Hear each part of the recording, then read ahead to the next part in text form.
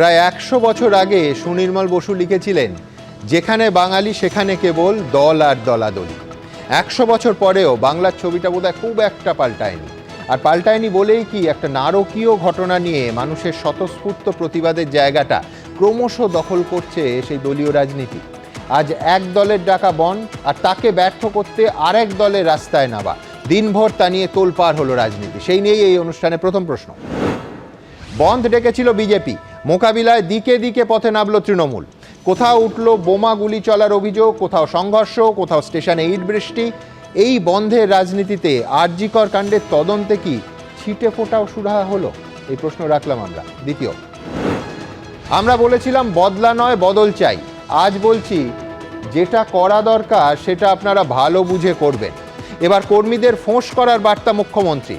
প্রতিহিংসার রাজনীতিতে উস্কানি, অমিত শাহকে চিঠি লিখলেন সুকান্ত মজুমদার।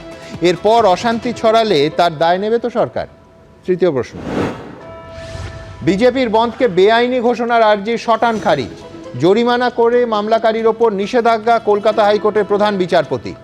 বিজেপি বললে কোর্ট ছেড়ে দেয়, সরাসরি আক্রমণ মুখ্যমন্ত্রী।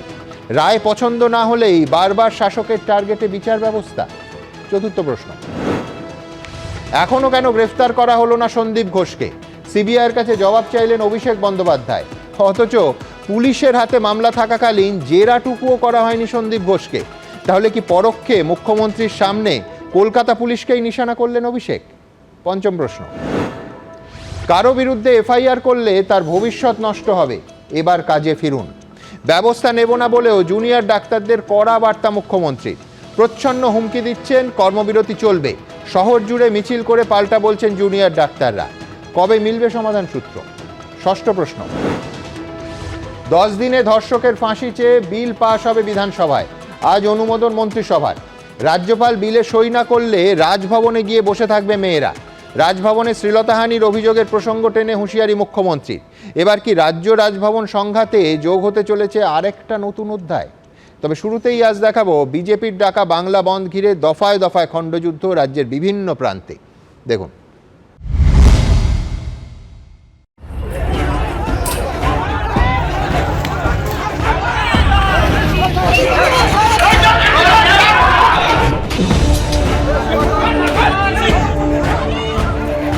বাস ভাঙচুর, স্টেশনে ইট বৃষ্টি, গাছের গুঁড়ি ফেলে টায়ার জ্বালিয়ে রাস্তা অবরোধ, বাসের সামনে শুয়ে পড়ে, ট্রেনের সামনে দাঁড়িয়ে পড়ে পথ আটকানো। বিজেপি তৃণমূলের মধ্যে হাতাহাতি, মারধর, ঝান্ডা দিয়ে মারপিট।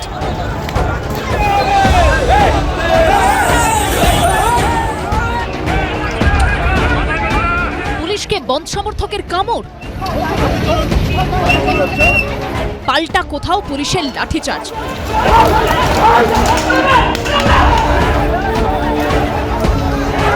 কোথাও আবার গুলি চলার অভিযোগে বিজেপি তৃণমূল বচসা।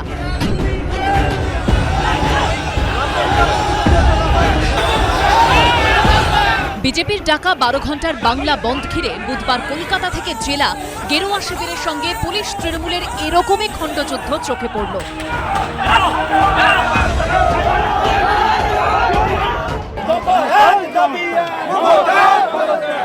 বন্ধ সফল করতে রাস্তায় নামলেন বিজেপির হেভিওয়েট নেতা বিধায়করা। পাল্টা বন্ধ ব্যর্থ করতে রাজপথে দেখা গেল তৃণমূলের নেতা মন্ত্রীদের। কেউ কেউ বন্ধ ভাঙতে রীতিমতো হুমকিও দিলেন। কালকে কিন্তু ফুটপাতে দোকান করতে দেবো না, কালকে কিন্তু ফুটপাতে দোকান করতে দেবো না। যারা এখানে দোকান বন্ধ রেখেছো, এই মুরগির ব্যবসা, সব দোকান খুলতে বলো, তাড়াতাড়ি ফোন করে ডাকো, দোকান খুলতে বলো। আমি কিন্তু কালকে দোকান খুলতে দেবো না। বন্ধের সকালে তীব্র উত্তেজনা ছড়ায় কোলে মার্কেটে।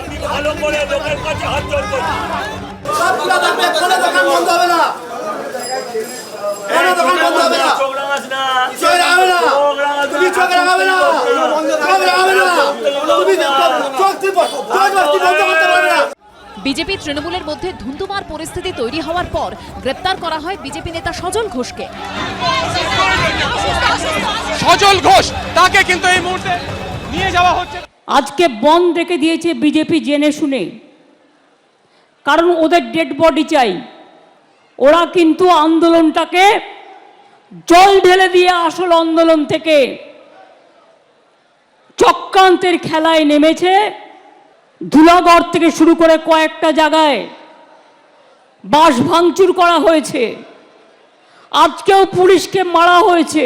সিন্ডিকেটের উপর চাপ দিয়ে, বাস সিন্ডিকেটের উপর চাপ দিয়ে, অর্গানাইজেশনের উপর চাপ দিয়ে আপনি বাস চালিয়েছেন। বাসে লোক নেই, 3 জন 4 জন 5 জন লোক। বাস হাওয়া পরিবহন করছে, হাওয়া নিয়ে যাচ্ছে।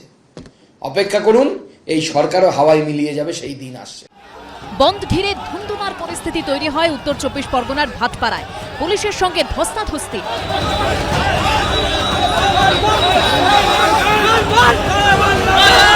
এমনকি গুলি বোমাবাজির অভিযোগ পর্যন্ত ওঠে।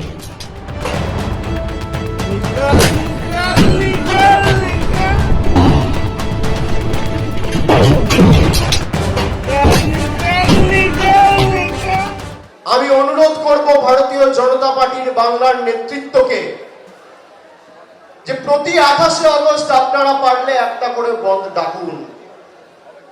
আপনাদের বন্ধকে কি করে প্রতিহত করতে হয় বাংলার মানুষ জানে। প্রস্তুত থাকুন, একদিনে 3টে অভিযান হবে। কারা করবে জেনে যাবেন, কবে করবে জেনে যাবেন। নবান্ন, লালবাজার, কালীঘাট, একদিনে। দফা 1 দাবি 1, দফা 1 দাবি 1, দফা 1 দাবি 1। বন্ধে রণক্ষেত্র হয়ে ওঠে ব্যান্ডেল হাওড়া শাখার মানকুণ্ডু স্টেশন।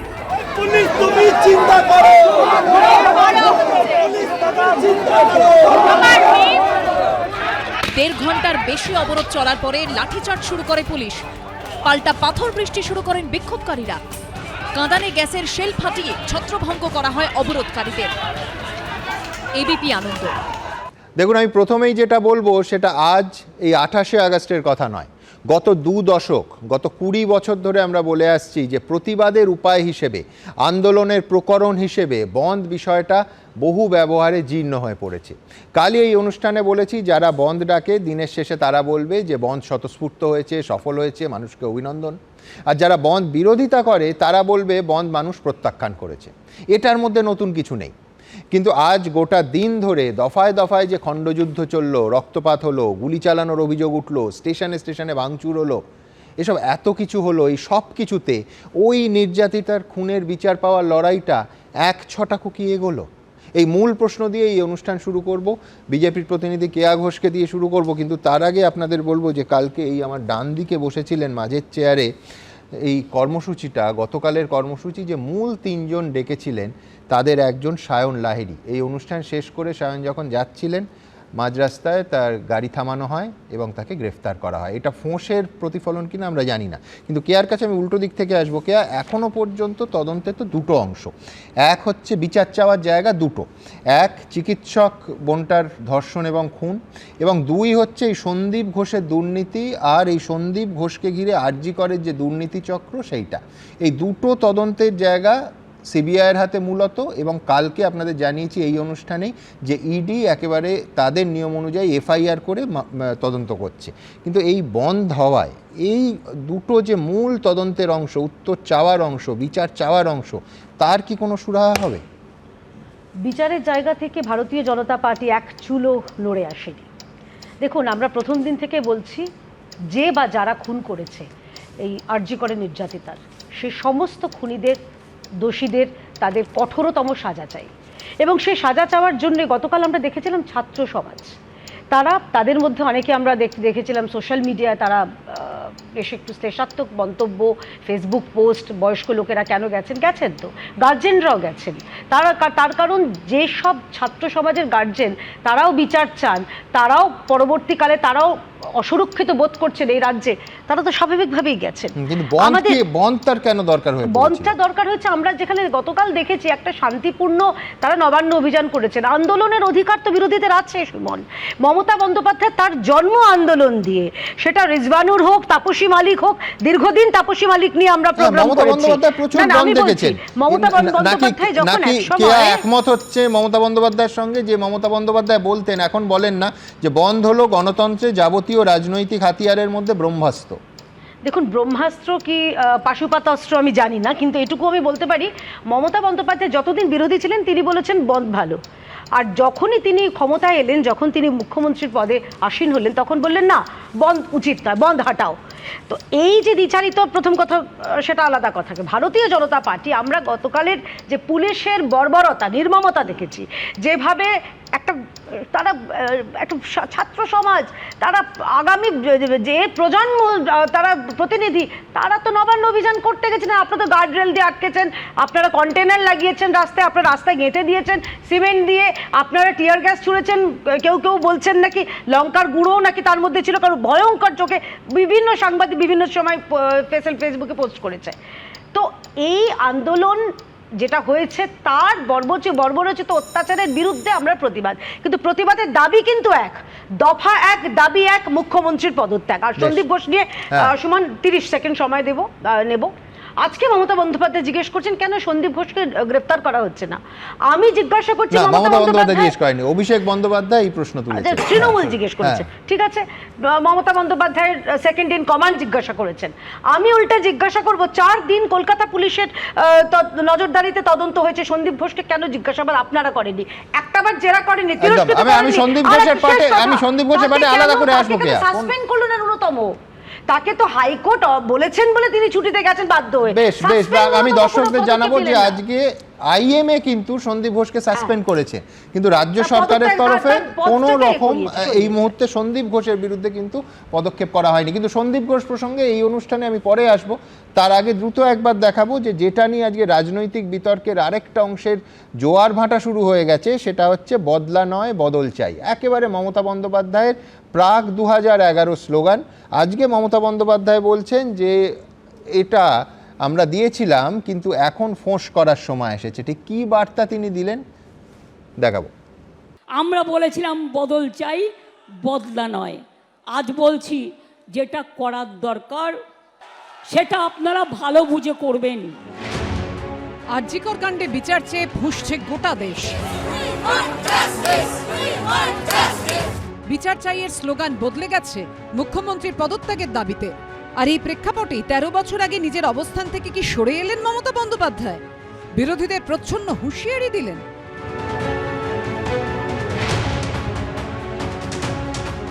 চোখ উপড়ে নেওয়ার পরেও, দুটো করে হাত তাই কেটে দেওয়ার পরেও আমরা তৃণমূল কংগ্রেস বলেছি বদলা নয় বদল চাই। নতুন স্লোগান দিয়ে বলুন, বদল চাই, বদলা নয়, সবার পেটে ভাত চাই এবং সবার জন্য কাজ চাই। একসময় বদলা নয় বদল চাই বলেছিলেন যে মমতা বন্দ্যোপাধ্যায়, সেই তিনি তৃণমূল ছাত্র পরিষদের মঞ্চ থেকে ফোঁস করার ডাক দিলেন। আমি অশান্তি চাই না, কিন্তু কুৎসব প্রচার চক্রান্ত করে যে আপনাকে রোজ কামড়াচ্ছে, আপনি তাকে কামড়াবেন না, কিন্তু ফস্ত করতে পারেন। রামকৃষ্ণ পরমহংসদেব বলেছিলেন, একটা গোখরে সাপ তার কাছে গিয়ে বলেছিল, ঠাকুর তুমি তো আমাকে কামড়াতে বারণ করেছো, আমি কাউকে কামড়াই না, কিন্তু আমাকে অনেকে ইট মারে, আমার রক্ত পড়ে, আমার খুব কষ্ট হয়।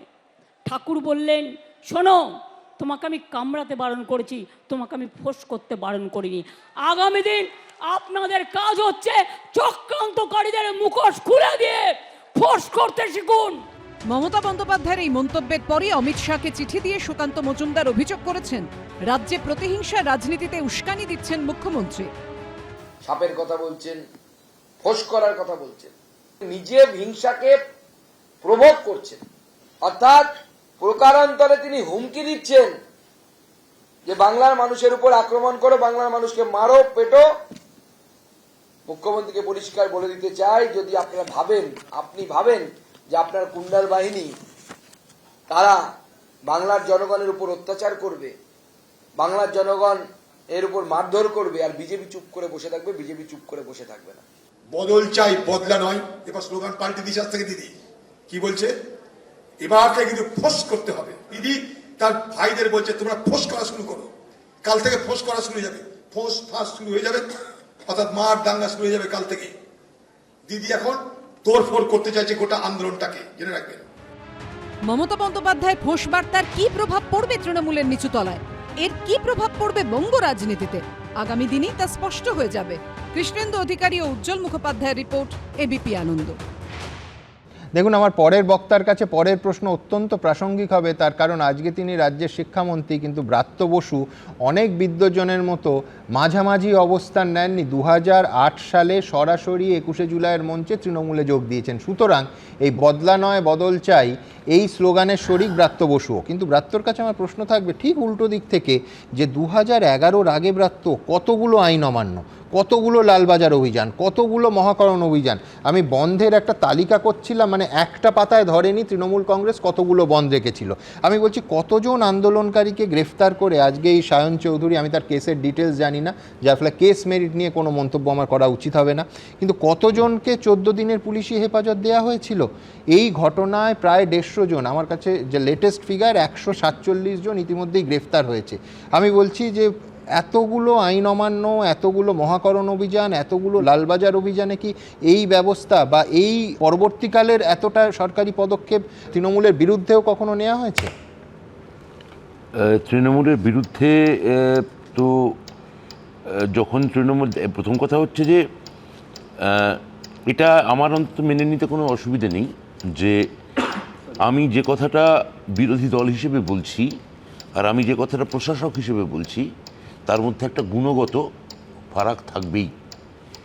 যেমন বন্ধ নিয়ে তোমার প্রথম প্রশ্ন ছিল আমাদের বিজেপির বন্ধুর কাছে, আমি সেটার উত্তরে বলতে পারি, যেমন এখানে যেটা গতকালও আমরা প্রেস কনফারেন্সে বলেছি যে এখানে বন্ধটা অত্যন্ত আশু এবং আবশ্যিক বলে মনে হচ্ছে। মহারাষ্ট্রে যখন বদলাপুর নিয়ে বন্ধ ডাকছে ওখানকার বিরোধী দল, তখন ওখান থেকে বলা হচ্ছে যে বন্ধ আপনারা ডাকবেন না, এবং তার অনুরোধে কোর্টের নির্দেশেও ওখানকার শিবসেনা বা উদ্ধব ঠাকরে বন্ধ তুলে নিচ্ছেন। অর্থাৎ এখানে যিনি বিরোধী, ওখানে যিনি প্রশাসক, তারই কথার মধ্যে একটা ফারাক আমরা দেখতে পাবো, এবং দেখতে পাওয়াটাই কথা, দেখতে পাওয়ারই কথা। ফলে তাহলে কোন ভরসায় মানুষ বিরোধীকে ভোট দিয়ে শাসকের আসনে বসাবে? গতকালই আপনি প্রশাসক হলেই তো তার অবস্থান পাল্টে বলেছেন যাবে। এখানে, আমি একটা রাত্রে শুনছিলাম যে তাহলে তো এই পদত্যাগ চেয়ে মানে 6 মাসে 6 জন মুখ্যমন্ত্রী হবে। হ্যাঁ, তো গতকাল আপনি যেটা বলেছেন, কিন্তু তার সঙ্গে এটাও বলেছি যে বিরোধীদের তো পদত্যাগ দাবি করাটা বিরোধী রাজনীতির প্রকরণ, এটা তার শর্ত। হ্যাঁ, তো সেটা তার করছেন। হ্যাঁ, কিন্তু প্রতিক্রিয়া, সরকারের প্রতিক্রিয়া ওভারডুইং হচ্ছে না তো? সরকারের প্রতিক্রিয়া তো সরকার কখনো বলেনি কিছু। আমাদের পার্টির মিটিংয়ে আজকে বলা হয়েছে, দলনেত্রী বলেছেন যে প্রথম কথা হচ্ছে যে প্রথম অংশটা কেউ দেখছেন না, যে কামড়াবেন না। একটা রামকৃষ্ণ কথামৃত থেকে উনি একটা খুবই একটা দেশজ একটা প্রাকৃত উদাহরণ দিয়েছেন যে কামড়াবি না কিন্তু ফোঁস করতে শেখ।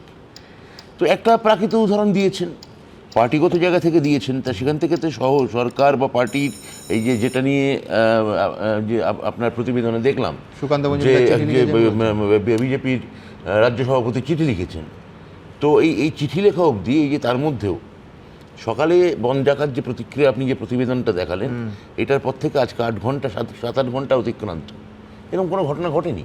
ব্রাত্য, আমি দ্রুত একবার একটা জায়গার ঘটনা দেখিয়ে দিই, যেহেতু ব্রাত্য বলছেন যে কোনো রকম মানে ফোঁসের প্রতিক্রিয়া হয়নি। এটা ফোঁসের প্রতিক্রিয়া কিনা সেটা বিরোধী দল অর্থাৎ সিপিএম, যাদের পার্টি অফিস ভাঙচুর হয়েছে, বাইক জ্বালানো হয়েছে এবং নাকি 4টে বোমা পড়েছে, সেই অংশে আমি দ্রুত একবার আপনাদের ছবি দেখাবো। তার কারণ অফিসিয়ালি বলা হচ্ছে সিপিএম দলের তরফে যে এইটা নাকি ফোঁসের প্রতিক্রিয়া। আপনারা দেখতে পাচ্ছেন এই মুহূর্তে স্ক্রিনে সেই ছবি।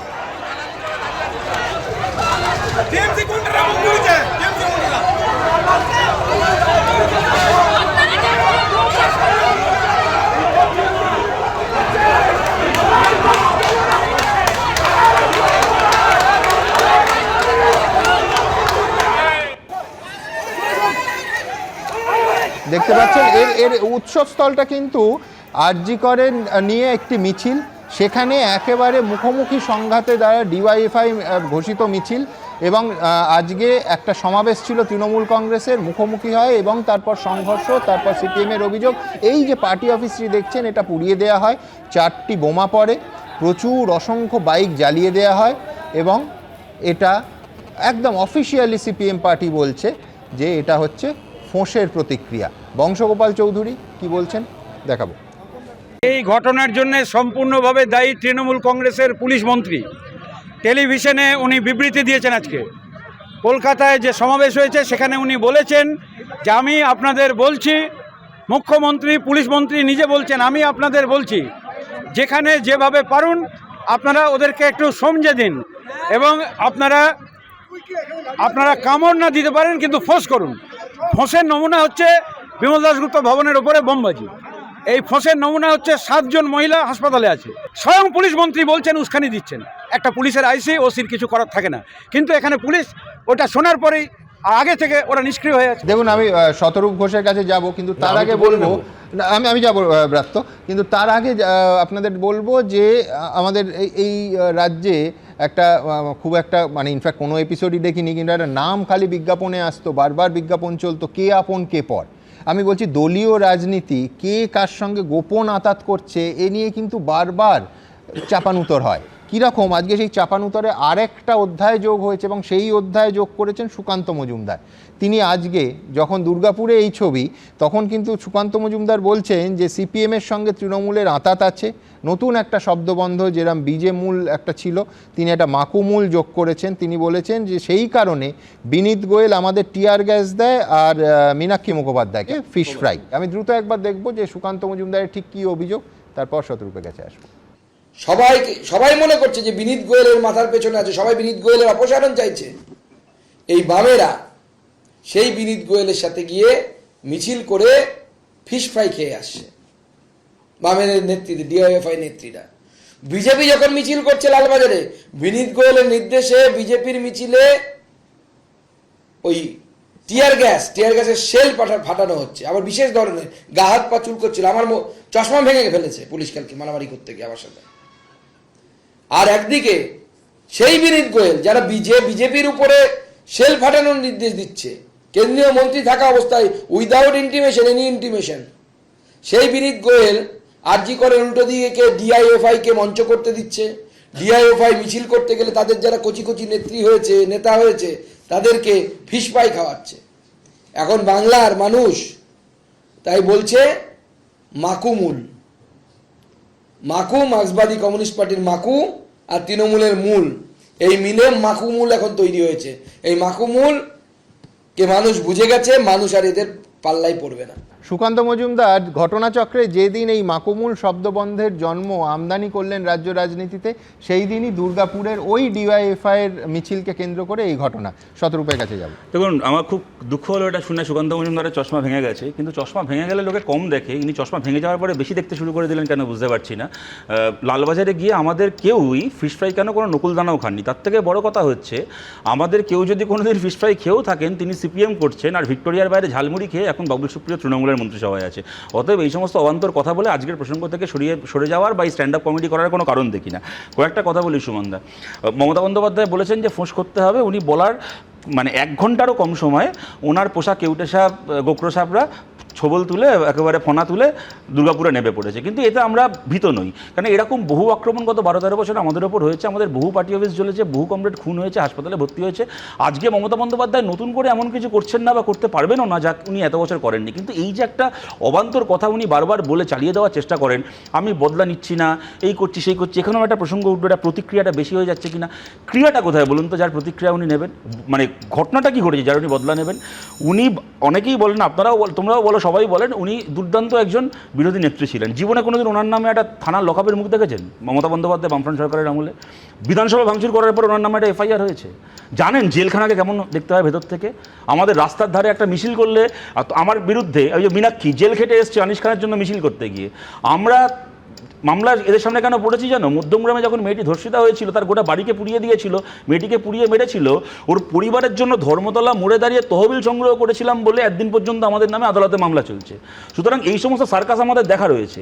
গত বছর যে জায়গায় দাঁড়িয়ে মমতা বন্দ্যোপাধ্যায় 21শে জুলাই সভা করেছেন, তার 40 দিন পরে ওই এক জায়গায় মিটিং করার জন্য মোহাম্মদ সেলিম বিমান বসুর নামে এফআইআর হয়েছে। সুতরাং উনি কোন ক্রিয়ার কথা বলছেন যার উনি প্রতিক্রিয়ার গল্প শোনাচ্ছেন? এগুলো অবান্তর কথা সুমনদা। আজকে যে ঘটনাটা চলছে, কোনো রকম কোনো রাজনৈতিক রাজনৈতিক এই তরজা, এগুলো আমাদের সাথে তৃণমূলের তার মানে বিজেপির সাথে তৃণমূলের চিরকাল হয়। কালকের ঘটনার প্রতিক্রিয়া পুলিশ যে মানে ব্যবস্থাগুলো নিয়েছে, পুলিশি অ্যাকশন, যেমন এই সায়ন লাহিড়ীকে বলা হয়েছে যে criminal conspiracy for unlawful assembly, পুলিশের intent to murder case start করা হয়েছে তার বিরুদ্ধে, সেগুলোরও তোমরা আদর্শগতভাবে নীতিগতভাবে বিরোধিতা করছো। 100 বার আমি একটা কথা বলি সুমনদা, কুণাল ঘোষ দেখলাম নবান্ন অভিযানের আগের দিন প্রেস কনফারেন্স করে বললেন সিপিএম এর পেছনে আছে। তোমরা সবাই খুব ভালো করে জানো এই সায়ন লাহিড়ী সহ 3 জন যখন ছাত্র সমাজের নাম করে এই ডাক দিয়েছিল, বামপন্থীরা আমরা তাদের পরিচয় ট্রেস ব্যাক করে খুঁজে বার করে দেখিয়েছিলাম যে আরএসএস বিজেপি ব্যাক, এটা কেউ সাধারণ ছাত্র নয়।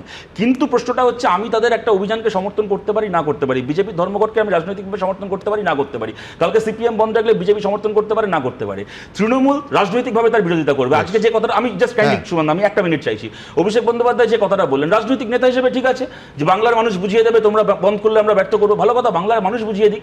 কিন্তু তুমি পুলিশ নিয়ে গুন্ডা নিয়ে রাস্তায় নেবে, গাড়িতে গুলি চালাবে কেন, মানুষকে মারতে যাবে কেন, লোককে পেটাবে কেন? রাজনৈতিক বিরোধিতা এটা নয়। ভারতের কোন আইন তোমাকে অধিকার দিয়েছে? কিন্তু শতরূপ এটাও আমায় বলতে হবে যে আজকে ঘটনাচক্রে মমতা বন্দ্যোপাধ্যায়ের যে বক্তৃতা, অভিষেক বন্দ্যোপাধ্যায়ের যে বক্তৃতা, সেটা কিন্তু 100% বিজেপির বিরুদ্ধে বামপন্থীদের সিপিএম দলের কোনো নাম উল্লেখও আজকে হয়নি। না, কিন্তু নাম উল্লেখ করেনি, শোনো না কথাটা কাইন্ডলি শেষ করি, নাম উল্লেখ করেনি কিন্তু পার্টি অফিসটা আমাদের পুড়ছে। কিন্তু যাই হোক, ঠিক আছে, আমি একটা কথা বলছি, দেখো আমি যেটা এর আগে বলার চেষ্টা করেছিলাম, বিজেপির সঙ্গে সিপিএম এর তৃণমূলের ঝগড়া আছে, থাকবে ভবিষ্যতে, সেটা অন্য কথা। কিন্তু আজকে আক্রমণটা মাথায় রাখতে হবে খালি সিপিএম এর পার্টি অফিসে কি বিজেপির ধর্মঘটে হচ্ছে না। যে মহিলারা রাস্তায় নেবে রাত দখলের আন্দোলন করবেন বলেছিলেন, এটা তাদেরকে লাল হয় না বলেছে। রাজ্যের একজন মন্ত্রী বলেছে বাড়িতে বর পেটাবে, এই বাঁচাতে যাবো না। মোহনবাগান ইস্ট বেঙ্গলের ছেলেদেরকে রাস্তায় ফেলে মেরেছে, যুব ভারতের সামনে মোহনবাগানের ছেলেদেরকে মেরেছে। সুতরাং প্রশ্ন এখানে খালি বিরোধী দল নয়, সাধারণ মানুষ প্রতিবাদ করতে গিয়ে মার খাচ্ছে। ভাই শতরূপ কি বললেন তার প্রত্যুত্তরে আমার রিয়াকশন পরে দেব, কিন্তু মমতা বন্দ্যোপাধ্যায়ের ফোর্স মন্তব্যে বলি, হ্যাঁ বলতে হবে ভাই, যা উল্টোপাল্টা বলে গেলে তো হবে না। মমতা বন্দ্যোপাধ্যায়ের ফোর্স মন্তব্যে সুমন আমি বলছি আজকের দিনে তিনি এই যখন বলেছেন না ফোর্স করতে হবে, তার জন্য কয়েকশো জয়ন্ত, কয়েকশো শাহজাহান এবং কয়েকশো জেসিবি তৈরি হবে। কারণ ইতিমধ্যে আমি দেখেছিলাম বদলা নয় বদল ডাক দিয়েই 2018 থেকে প্রায় 200-র ওপরে কর্মী আমাদের খুন হয়েছে, আমাদের কর্মীদের রক্ত ঝরেছে। আজকেও কিন্তু গুলি চলেছে আমাদের কর্মীর ওপরে, রক্ত ঝরেছে আমাদের যারা বন্ধে সমর্থনে রাস্তা নেমেছিলেন তাদের গ্রেফতার করতে হয়েছে। আর একটা কথা শতরূপ বললেন কে গেছে না যায়নি সেটা আলাদা কথা, ট্রোজান হর্স বলে একটা কথা আছে, সেটাও তো শোনা আছে সুমন নিশ্চয়ই। আর এবারে চলে আসি বন্ধ প্রসঙ্গে, ব্রাত্যবাবু খুব চমৎকার বললেন, খালি আমি ওকে মনে করিয়ে দিতে চাই 2007 সালে 16ই মার্চ সেই সময় তৃণমূল বন্ধ রেখেছিল 12 ঘন্টার বন্ধ। সেই দিন উচ্চ মাধ্যমিক পরীক্ষা, আইসিএসসি পরীক্ষা এবং সিবিএসসি পরীক্ষা ছিল। তৃণমূলকে সেটাকে পরীক্ষার কথা মাথায় রেখে বন্ধ দিয়েছিল। আর সেই সময় কিন্তু তাপসী মালিক হত্যাকাণ্ডের পরে ব্রাত্যবাবু বসে আছেন, উনি নিজে তদানীন্তন মুখ্যমন্ত্রী বুদ্ধবাবুর পদত্যাগ চেয়েছিলেন। আমরা যে পদত্যাগের দাবি চাইছি, এবং খুব মাথায় রাখতে হবে গত 15 দিনে প্রায় 25টার উপরে ধর্ষণের ঘটনা এই রাজ্যে ঘটেছে, শুধুমাত্র আরজি কর বাদ দিয়ে। না, আমি পদত্যাগ চাইনি। আমার মনে হয় যদি পুরনো আর্কাইভ থেকে যদি সুমন দেখিয়ে দাও কেয়াকে, আমার মনে হয় ওনাকে দেখিয়ে দাও, আমার মনে হয় ভালো হবে। যে সেটা হচ্ছে যে এরকম কোনো পদত্যাগ আমার মনে পড়ছে না। এমন হতে পারে ওনার মনে আছে সেই সময়, কিন্তু আমার এরকম উদাহরণ প্রচুর আছে। 2001 সালে ম্যানমেড বন্যা, পদত্যাগ চাইলেন তৎকালীন মুখ্যমন্ত্রী মমতা বন্দ্যোপাধ্যায়। বেহালায় ছাত্র মৃত্যু, রাজনীতি কিছু ছিল না, কিন্তু মুখ্যমন্ত্রী পদত্যাগ চেয়েছিলেন, সঙ্গে পুলিশ কমিশনার।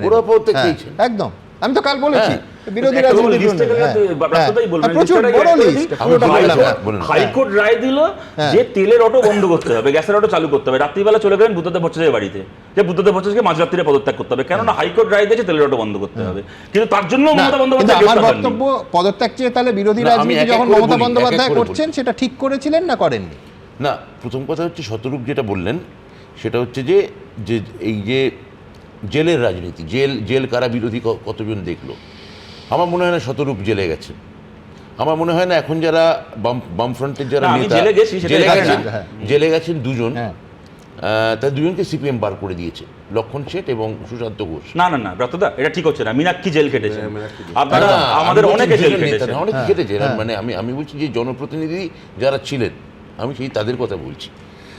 আপনার নিশ্চয়ই অনেকেই সন্দেশখালীতে ওই ভদ্রলোক যে জেল খাটার পরে কলকাতা হাইকোর্টের বিচারপতি বললেন 19 দিন পর, না শুধু খাটো না, যোগ করতে হবে যে 19 দিন পর যখন বিচারপতি জামিন দিলেন তখন বললেন যে যারা আপনাকে 19 দিন জেলে রাখলো তাদের জেলে পড়া উচিত।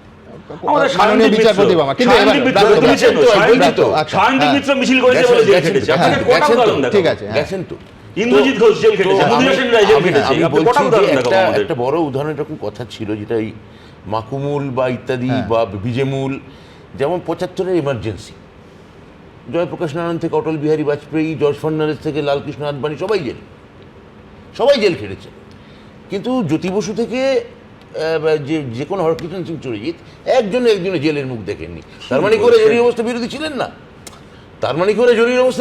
না? কি বলছেন ব্রাত্যদা? আমাদের এমার্জেন্সির সময় জ্যোতির্ময় বসু ছাড়া নিয়েছিল জেল খেটে, আমাদের জ্যোতির্ময় বসু ছাড়া একমাত্র সাংসদ জ্যোতিবাবুকে জ্যোতির্ময় বসু একমাত্র জেল ছিলেন, বেশ একমাত্র সাংসদ। চায়নার সাথে বর্ডার বিরোধী দল মুখ্যমন্ত্রীর পদত্যাগ, আমি কালকেও বলেছি, আজকেও বলেছি যে ঘটনার প্রেক্ষিতে যদি পদত্যাগ চাইতে হয় 6 মাসে 6 জন মুখ্যমন্ত্রী লাগবে। আমি বলছি কিন্তু বিরোধী দল, বিরোধী রাজনীতি, গণতান্ত্রিক ভারতবর্ষের গণতান্ত্রিক কাঠামোয় যারা বিরোধী রাজনীতি করেন তারা তো তাই চান। মমতা বন্দ্যোপাধ্যায়, আমি আবার বলছি, শতরূপে কটাক্ষ ছিল, সেই কটাক্ষ অগ্রাহ্য করে বলছি যে মমতা বন্দ্যোপাধ্যায়ের বিরোধী নেত্রী হিসেবে তার পারফরমেন্স, তার আন্দোলনের ক্ষমতা, তার এক একটা ইস্যুতে ঝাঁপিয়ে পড়া, তার জন্য নাগরিক হিসেবে, পশ্চিমবঙ্গের নাগরিক হিসেবে আজও আমি গর্বিত। কিন্তু ইতিহাস কি বলছে? ইতিহাস বলছে যে এই মুখ্যমন্ত্রীর পদত্যাগ ইস্যুতে বারবার বিভিন্ন ইস্যুতে মুখ্যমন্ত্রী, কখনো কখনো প্রয়োজন হলে পুলিশ কমিশনার, তাদের পদত্যাগ মমতা বন্দ্যোপাধ্যায় চেয়েছিলেন। রিসেন্ট পাস্টে, মানে এবিপি আনন্দ হওয়ার পরে ঠিক কী বলেছিলেন তিনি, কোন কোন ইস্যুতে মুখ্যমন্ত্রীর পদত্যাগ চেয়েছিলেন, এবার মনে করিয়ে দিই। গতকালের একটি খুন নিয়ে কলকাতা থেকে দিল্লি পর্যন্ত তোলপাড় করেছে ওরা। একটা ছাত্র খুন হয়ে গেছে, আমি কোনো ছাত্র খুনের পক্ষে নই। কেন হচ্ছে? একটা ছাত্র যদি তাদেরও খুন হয়, এটা দায়িত্ব কার? মুখ্যমন্ত্রীর। তিনি ল অ্যান্ড অর্ডারের মালিক, আইন শৃঙ্খলা তার হাতে। কারো বিরুদ্ধে কোনো শাস্তি হয়নি। ইনসাফ যদি দিতেই হয় তো এতদিন ধরে যাদের বিরুদ্ধে অভিযোগ তাদের পজিশনে রেখে দিয়ে কাজ করানো হচ্ছে, তার মানে কি তারা এভিডেন্স লোপাট করছেন না? সরকার বললেন এবং তার দলের উচ্চপদস্থ নেতারা বললেন এই সাসপেন্ড হয়ে যাচ্ছে, এই ট্রান্সফার হয়ে যাচ্ছে, এই পানিশমেন্ট হয়ে যাচ্ছে। 48 ঘন্টার মধ্যে 180 ভোল্ট ডিগ্রি উল্টে যারা যায় তাদের আমরা মনে করি 440 ভোল্ট। মানুষের কাছে ট্রাস্টেড লোকেরা নয়। পশ্চিমবাংলার ভ্রষ্টাচারী, দুর্নীতিবাজ, গণহত্যাকারী, স্বৈরাচারী, অত্যাচারী হিটলার পশ্চিমবাংলার মুখ্যমন্ত্রী বুদ্ধদেব ভট্টাচার্য মহাশয়, his chief minister has to be sacked immediately. He is wholly responsible for all the atrocities. সমস্ত সন্ত্রাসের নায়ক ইনি। নন্দীগ্রাম গণহত্যা থেকে শুরু করে, সিঙ্গুর থেকে শুরু করে, লালগড় থেকে শুরু করে, কেতুগ্রাম থেকে শুরু করে, মঙ্গলকোট থেকে শুরু করে, কেশপুর থেকে শুরু করে, গড়বেতা থেকে শুরু করে, ছোট আঙ্গারিয়া থেকে শুরু করে, এভরিওয়্যার। যিনি আজকে চিফ মিনিস্টার, তিনি আজকে হোম মিনিস্টার, এবং তিনি যদি আইনকে মিসইউজ করেন তাহলে তিনি বা আদালতের এই রায়ের পরিপ্রেক্ষিতে তিনি বা বিদায় নেবেন না কেন?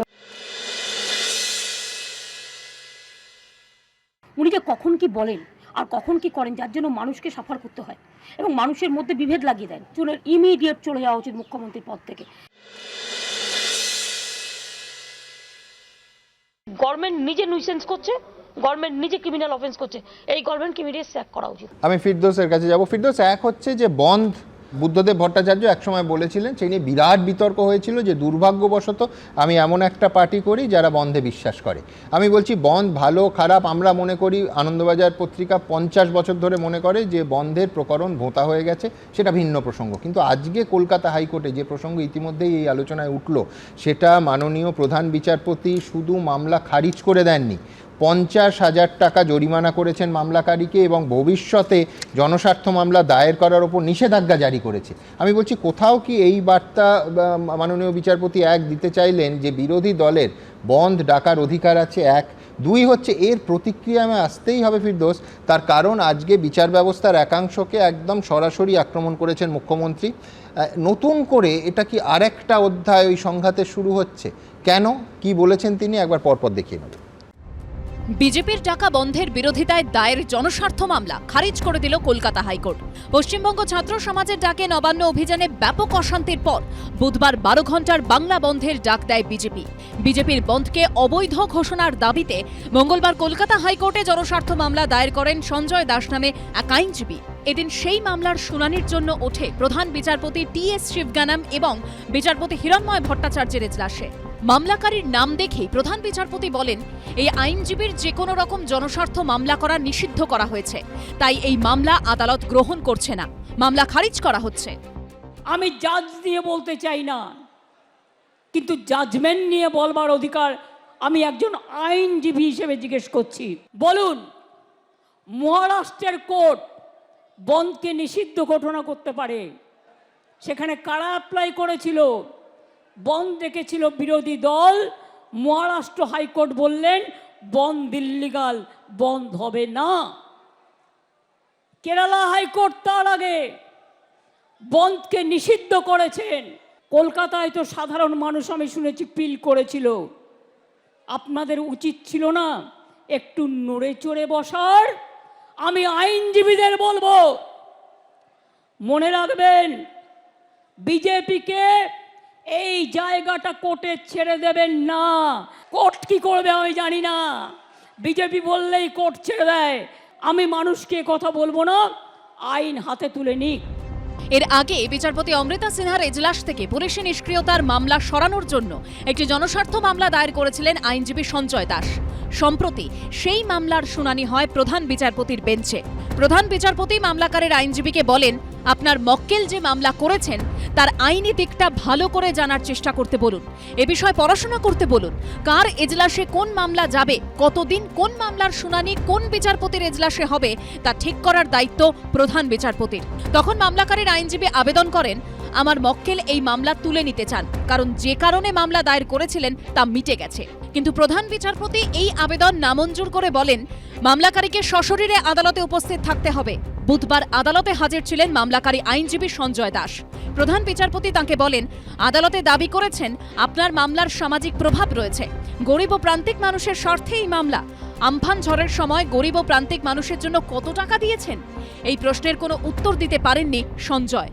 এরপর প্রধান বিচারপতি বলেন, মামলাকারী আদালতকে ভয় দেখানোর চেষ্টা করেছেন, আইনি প্রক্রিয়ার অপব্যবহার করেছেন এবং নিজের সম্পর্কে ভুল তথ্য দিয়েছেন। তাই মামলাকারীর 50,000 টাকা জরিমানা করা হলো। আগামী দিনে তিনি আর কোনো জনস্বার্থ মামলা করতে পারবেন না। এরপরই বন্ধের বিরোধিতা করে দায়ের হওয়া মামলা ওঠে প্রধান বিচারপতির এজলাসে। দেখা যায় মামলাকারী আইনজীবী সঞ্জয় দাসী তখন সেই মামলাও খারিজ করে দেন প্রধান বিচারপতি। এই দেখুন, চটিচাটা আইনজীবী হবে, নিঘাত কোনো চটিচাটা আইনজীবী। এরা মার্কস বানানোর জন্য, পয়েন্ট বাড়ানোর জন্য এগুলো করে। ঠিক যেমন বিনীত গোয়েল পয়েন্ট বাড়ানোর জন্য এখন বিজেপি নেতাদেরকে গ্রেপ্তার করছে। যত বিজেপি নেতা গ্রেপ্তার করবে তত পয়েন্ট বাড়বে, আগামী দিনে রাজীব কুমারের জায়গায় তার যাওয়ার সম্ভাবনা বাড়বে, সেই টার্গেট নিয়ে করছে। বন্ধের বিরোধিতায় মামলা খারিজের পাশাপাশি অত্যন্ত কড়া অবস্থান নিয়ে মামলাকারীকেই 50,000 টাকা জরিমানা করে প্রধান বিচারপতির বেঞ্চ। সৌভিক মজুমদার, আশাবুল হোসেন ও শিবাশিস মৌলিকের রিপোর্ট, এবিপি আনন্দ। ফিরদৌস, সেই প্রশ্ন যে নতুন করে কি আবার আক্রমণের লক্ষ্য হতে চলেছে আদালত?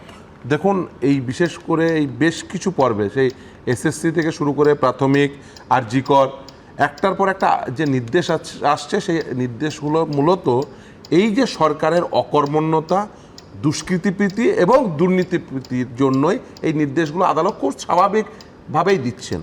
কিন্তু আজকের ক্ষেত্রে আমি কয়েকটা জিনিস ক্লিয়ার করে দিই। সেটা হচ্ছে, একটি মামলা হলো, সেই মামলাতে বিষয়বস্তু কি? মামলার বিষয়বস্তু হলো মহামান্য বিচারপতি অমৃতা সিনহা তিনি যে ডিটারমিনেশনটি পেয়েছিলেন পুলিশ ইনঅ্যাকশনের, সেই ডিটারমিনেশনটি কে দিয়েছিল? Chief justice being master of the roster. Chief justice তিনি ঠিক করেন কোন বিচারপতি কোন ধরনের বিষয়ে তিনি বিচার করবেন। খুব প্রাইমারি কে নেবেন, সেকেন্ডারি কে নেবেন, কলেজ ডিটারমিনেশন কে নেবেন, পুলিশ ইনঅ্যাকশন কে নেবেন। এটা exclusive domain of chief justice. Kolkata হাইকোর্টে, ইভেন সুপ্রিম কোর্টও সেখানে কিন্তু ইন্টারফেয়ার করতে পারে না, অন্য কেউ করতে পারে না। এই মহামান্য বিচারপতি অমৃতা সিনহাকে যে ডিটারমিনেশনটা দেওয়া হলো, সেই ডিটারমিনেশন চ্যালেঞ্জ করে একটা মামলা হলো। এবং সেই মামলা কখনোই আদালত গ্রাহ্য তো হতে পারেই না, এবং এটা এই যে চিফ জাস্টিসের যে অথরিটি সেটাকে চ্যালেঞ্জ করা হচ্ছে, যেটা কখনোই কাঙ্ক্ষিত নয়। এবং বিশেষ করে সেটা আজকে চিফ জাস্টিস বলেওছেন, তিনি যদি আইনজীবী হন তার অন্ততপক্ষে সেই নলেজটুকু থাকা উচিত যে চিফ জাস্টিস সেটা এক্সক্লুসিভ ডোমেন, তিনিই being master of the roster, তিনি ঠিক কিন্তু করেন। তৃণমূল ইতিমধ্যেই বলতে শুরু করেছে যে বদলাপুরের ক্ষেত্রে একরকম আর পশ্চিমবঙ্গের ক্ষেত্রে একরকম, এটা কি করে? দেখুন, যে আইনজীবী যিনি মামলা করছেন, আমরা আইনি পরিভাষায় বলি তার লোকাস, তিনি কেন মামলা করছেন। যদিও পাবলিক ইন্টারেস্ট লিটিগেশনে নো লোকাস, অর্থাৎ তার কোনো লোকাস থাকবে না, তিনি ব্রডার পাবলিক ইন্টারেস্টে পাবলিক স্পিরিটেড পারসন, তিনি মামলা করবেন। অনেক সময় রাজনৈতিক স্বার্থে বা পাবলিসিটির জন্য মামলা করা হয়। ইয়েস, পাবলিক ইন্টারেস্ট লিটিগেশন যদি পাবলিসিটি ইন্টারেস্ট লিটিগেশন অথবা যদি তার পিছনে কোনো পলিটিক্যাল ইন্টারেস্ট থেকে থাকে, তাহলে নিশ্চিতভাবে হাইকোর্ট এবং সুপ্রিম কোর্ট বারবার বলছেন এবং সেই ধরনের পাবলিক ইন্টারেস্ট লিটিগেশনকে ডিসমিস করেছেন, কস্ট ইম্পোজ করেছেন, এবং এই ক্ষেত্রে তার অন্যথায় হয়নি। এবং এটাই স্বাভাবিক সাধারণ নিয়ম।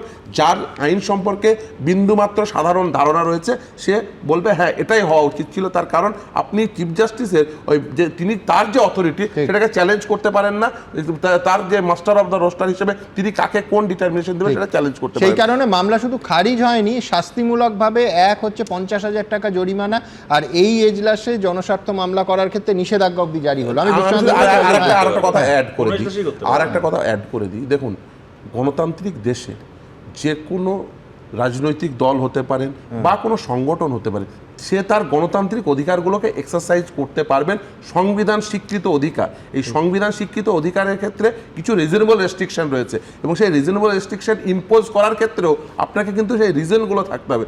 দুর্ভাগ্য হলে সত্য, বেশ কিছুদিন ধরে যে ঘটনা প্রবাহগুলো দেখছি, যে রিজনেবল রেস্ট্রিকশনের ক্ষেত্রেও তারা কিন্তু রিজন রাখছে না, এটাই হচ্ছে দুর্ভাগ্য। আমি বিশ্বনাথের কাছে আসবো। বিশ্বনাথ, কালকেও আমি বলেছিলাম যে পলিটিক্স কোথাও একটা সেন্টার স্টেজ নিয়ে নিচ্ছে। বিজেপি 7 দিনের কর্মসূচি ঘোষণা করেছে, তৃণমূল কংগ্রেস তারাও 7 দিনের কর্মসূচি ঘোষণা করলো। আমি বলছি নবান্ন ছাড়ো, নবান্ন ধরো, চেয়ার ছাড়ো, চেয়ার ধরো, এই সব কিছুর মধ্যে কোথাও কি উই ওয়ান্ট জাস্টিস এইটা ব্যাকসিটে চলে যাওয়ার একটা আশঙ্কা কিন্তু অনেকের মনে কাজ করছে। 19 দিন হয়ে গেল, ওই অসহায় মা বাবা, আজকেও তাদের সঙ্গে আমাদের কথা হয়েছে, ন্যায় বিচারের দাবিটা হারিয়ে যাবে না তো? এই আশঙ্কা শুধু আমাদের নয়, যাদের সব থেকে বেশি ক্ষতি হয়েছে সেই মা বাবারও। দেখুন, ন্যায় বিচার দেওয়ার দায়িত্বটা তো সিবিআইয়ের বা তদন্তকারী সংস্থাগুলোরও। যে এভিডেন্স ট্যাম্পারিংয়ের অভিযোগ ইতিমধ্যেই উঠেছে, ফলে শেষ পর্যন্ত সিবিআই তদন্ত করে ন্যায় বিচার দিতে পারবে কিনা, এটা তো একটা বৃহত্তম প্রশ্ন। তার এবার আপনি যেটা বলবার চেষ্টা করছেন যে পাবলিক ফোকাসটা চেঞ্জ হবে কিনা। পাবলিক ফোকাস চেঞ্জ হতে পারে, কারণ শাসক দল সবসময় চাইবে এটাকে তৃণমূল বিজেপি তৃণমূলের মধ্যে যদি লড়াই করিয়ে দিতে পারি তাহলে ডিফোকাসড হবে। আজকে ধরুন মমতা বন্দ্যোপাধ্যায় যে অনেক দিন পরে, প্রায় 15 দিন পরে প্রকাশ্যে আসলেন, তার কাছে মানুষ কি প্রত্যাশা করেছিল? মানুষ প্রত্যাশা করেছিল যে স্থায়ী কতগুলো সমাধান সূত্র উনি বলবেন। যা তদন্ত চলছে তো চলছেই। যেমন ধরুন, নারী নিরাপত্তার প্রশ্নে যে শূন্যপদ আছে, অর্থাৎ পুলিশের শূন্যপদ আছে, পূরণ করে তিনি বলবেন যে ভাই দেখো, পুলিশ প্রশাসনটাকে জোরদার করছি, নিরাপত্তা তোমাদেরকে আশ্বস্ত করছি। তিনি বলবেন যে যেভাবে পুলিশ প্রশাসনের পলিটিসাইজেশন হয়েছে তার থেকে আমরা সরে গিয়ে এক উপযুক্ত প্রশিক্ষণ এবং নিউট্রালি প্রশাসনকে পরিচালনা করতে দায়বদ্ধ আমরা। এইটা মানুষের চাইছিল। মানুষ চাইছিল যে পাড়ায় পাড়ায় মদের দোকান, এবং সমাজতাত্ত্বিকরা বলছেন এই মদের যে লাগাম ছাড়া যে দোকান বাড়ছে সেটা হলো ডোমেস্টিক ভায়োলেন্স, অর্থাৎ গৃহের হিংসা, এবং গৃহের বাইরে হিংসার অন্যতম কারণ। এবং মানুষ চাইছে যে এই আবগারি নীতি, সরকারের আবগারি মদের নীতি নিয়ে একটা সিদ্ধান্ত মমতা বন্দ্যোপাধ্যায় আজকে জানাবেন, সেটা তো উনি জানাননি। মানুষ চাইছিল যে ওই যে সম্প্রতি আলাপন বন্দ্যোপাধ্যায় ঘোষণা করেছেন, তার মধ্যে উনি একটা ঘোষণা করেছেন যে রাত্রেবেলা যত সম্ভব মহিলা কমানো হবে। এটা বলছি মহিলাদের প্রতি একটা অন্যায়, অবিচার। এই ধরনের মধ্যযুগীয় একটা ঘোষণা উনি প্রত্যাহার করবেন। আজকে বলবেন যে দেখো ভাই, ঘোষণা হয়ে গেছে, এটা ভুল হয়ে গেছে, আমরা ওখান থেকে সরে আসলাম। রাজধর্মের বার্তা কিন্তু নেই। শেষ পর্যন্ত উনি কি করতে চাইছেন? উনি বলতে চাইছেন আমি ভাই ল আনবো, আইন আনবো। আমি প্রশ্ন হচ্ছে যে এই আইন আনার ওনার এখতিয়ার আছে? দিল্লির নির্ভয়া মামলায় যে শেষ পর্যন্ত লাস্ট ফাঁসিটা হয়েছিল সেটা কিন্তু বর্তমান আইনের ভিত্তিতেই হয়েছিল। কারণ বর্তমান আইনের মধ্যে প্রভিশন আছে যে ধর্ষণ এবং মৃত্যুর ফলে ফাঁসি দেওয়া যায়। এবং মমতা বন্দ্যোপাধ্যায় কিন্তু প্লেইং টু গ্যালারি, অর্থাৎ শেষ পর্যন্ত রাজ্য এই বিষয়টাকে বলটাকে যদি আমি কেন্দ্র রাজ্যের মধ্যে ঢুকিয়ে দিতে পারি, তৃণমূল বিজেপির মধ্যে ঢুকিয়ে দিতে পারি, তাহলে আমি লুকিয়ে রাখবো। কিন্তু আমি আপনাকে বলতে চাই যে দেখুন, শেষ পর্যন্ত কিন্তু মমতা বন্দ্যোপাধ্যায় এইটা বার্তা দিতে পারবেন, উনি একের পর এক নির্বাচনে জয়ী হচ্ছেন, বিপুলভাবে জয়ী হচ্ছেন। তিনি হয়তো এই মানে সাধারণ ভোটার যারা আছে, নির্ভরশীল ভোটার যারা আছে, তাদের কাছে এই বার্তাটা দিয়ে উনি রাজনৈতিকভাবে সফল হবেন। কিন্তু এই যে ডাক্তারবাবু আমার পাশে বসে আছেন, এই মানে বুদ্ধিজীবী মানুষ যারা, মানে যারা চিন্তাশীল মানুষ, শহুরে মানুষ, এই মানুষগুলোকে কিন্তু বোঝাতে পারবেন না, তাদের নিরাপত্তাকে নিশ্চিত করতে পারবেন না। শেষ পর্যন্ত এই ডাক্তারবাবুদের ভাবনা চিন্তাকে কিন্তু একটাও অ্যাড্রেস করবেন না। কারণ উনি junior doctor, doctor Asfakullah Naiya, ওনার বক্তব্য শুনবো। তার কারণ আজকে মঞ্চের ওপর থেকে মমতা বন্দ্যোপাধ্যায় বলেছেন, একেবারে আহ্বান জানিয়েছেন যে আরজি কর কাণ্ডে যারা আন্দোলন করছেন তারা কাজে ফিরুন। অনেকেই মনে করছেন যে সেইটার মধ্যে আমি দেখছিলাম তারপরে একটা বিরাট মিছিল বেরোলো, শহর জোড়া মিছিল, শ্যামবাজার থেকে ধর্মতলা। তারা মনে করছেন যে মমতা বন্দ্যোপাধ্যায় যা বলেছেন তার মধ্যে প্রচ্ছন্ন হুঁশিয়ারি আছে। আমি দুপক্ষের বক্তব্য সমানভাবে আপনাদের সামনে রাখবো এবং দেখাবো, তারপর আসবো ডাক্তারবাবুর কাছে। দেখুন, আমি অ্যাকশান নিতে চাই না, তার কারণ আমি চাই ওরা ভালো করে পড়াশুনো করুক। আমি যদি কারোর বিরুদ্ধে এফআইআর করি, তার ভবিষ্যৎটা নষ্ট হয়ে যাবে, সে আর কোথাও চান্স পাবে না, পাসপোর্ট পাবে না, ভিসা পাবে না। আমরা সেটা চাই না। মুখ্যমন্ত্রী যদি বলছেন যে এটার মধ্যে না একটা প্রচ্ছন্ন থ্রেট আছে, যে এখনো অ্যাকশন নিয়ে চাইলে আমি অ্যাকশন নিতে পারি, আমরাও স্পষ্ট বলতে চাই যে এই যে কাজে ফিরতে পারছি না, এটার দায়টা কিন্তু আমাদের নয়, এই দায়টা কিন্তু সরকারের। 9ই আগস্ট আরজি কর মেডিকেল কলেজে তরুণী চিকিৎসককে খুন ও ধর্ষণ, 14ই আগস্ট আরজি কর মেডিকেলে তাণ্ডব।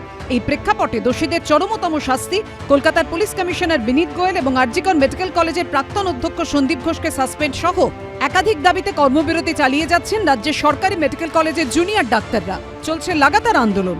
আন্দোলনের 20তম দিনে বুধবার শ্যামবাজার থেকে ধর্মতলা পর্যন্ত মিছিল করেন জুনিয়র ডাক্তাররা। বিভিন্ন মেডিকেল কলেজ হাসপাতালের থেকে যারা জুনিয়র চিকিৎসকদের প্রতিনিধিরা তারা এসে পড়েছেন, তারা এসে পৌঁছেছেন এবং আমরা দেখতে পাচ্ছি যে একে একে তারা পায়ে পায়ে কিন্তু এগিয়ে যাচ্ছেন ধর্মতলার দিকে। আর এদিনই তৃণমূল ছাত্র পরিষদের প্রতিষ্ঠা দিবসের মঞ্চ থেকে আন্দোলনরত জুনিয়র ডাক্তারদের কাজে ফেরার আহ্বান জানানোর পাশাপাশি কি প্রচ্ছন্ন হুঁশিয়ারি দিলেন মুখ্যমন্ত্রী? আমরা কোনো ব্যবস্থা নিইনি, আপনারা আন্দোলন করেছেন, আমি কোনো ব্যবস্থা আপনাদের বিরুদ্ধে নেব না।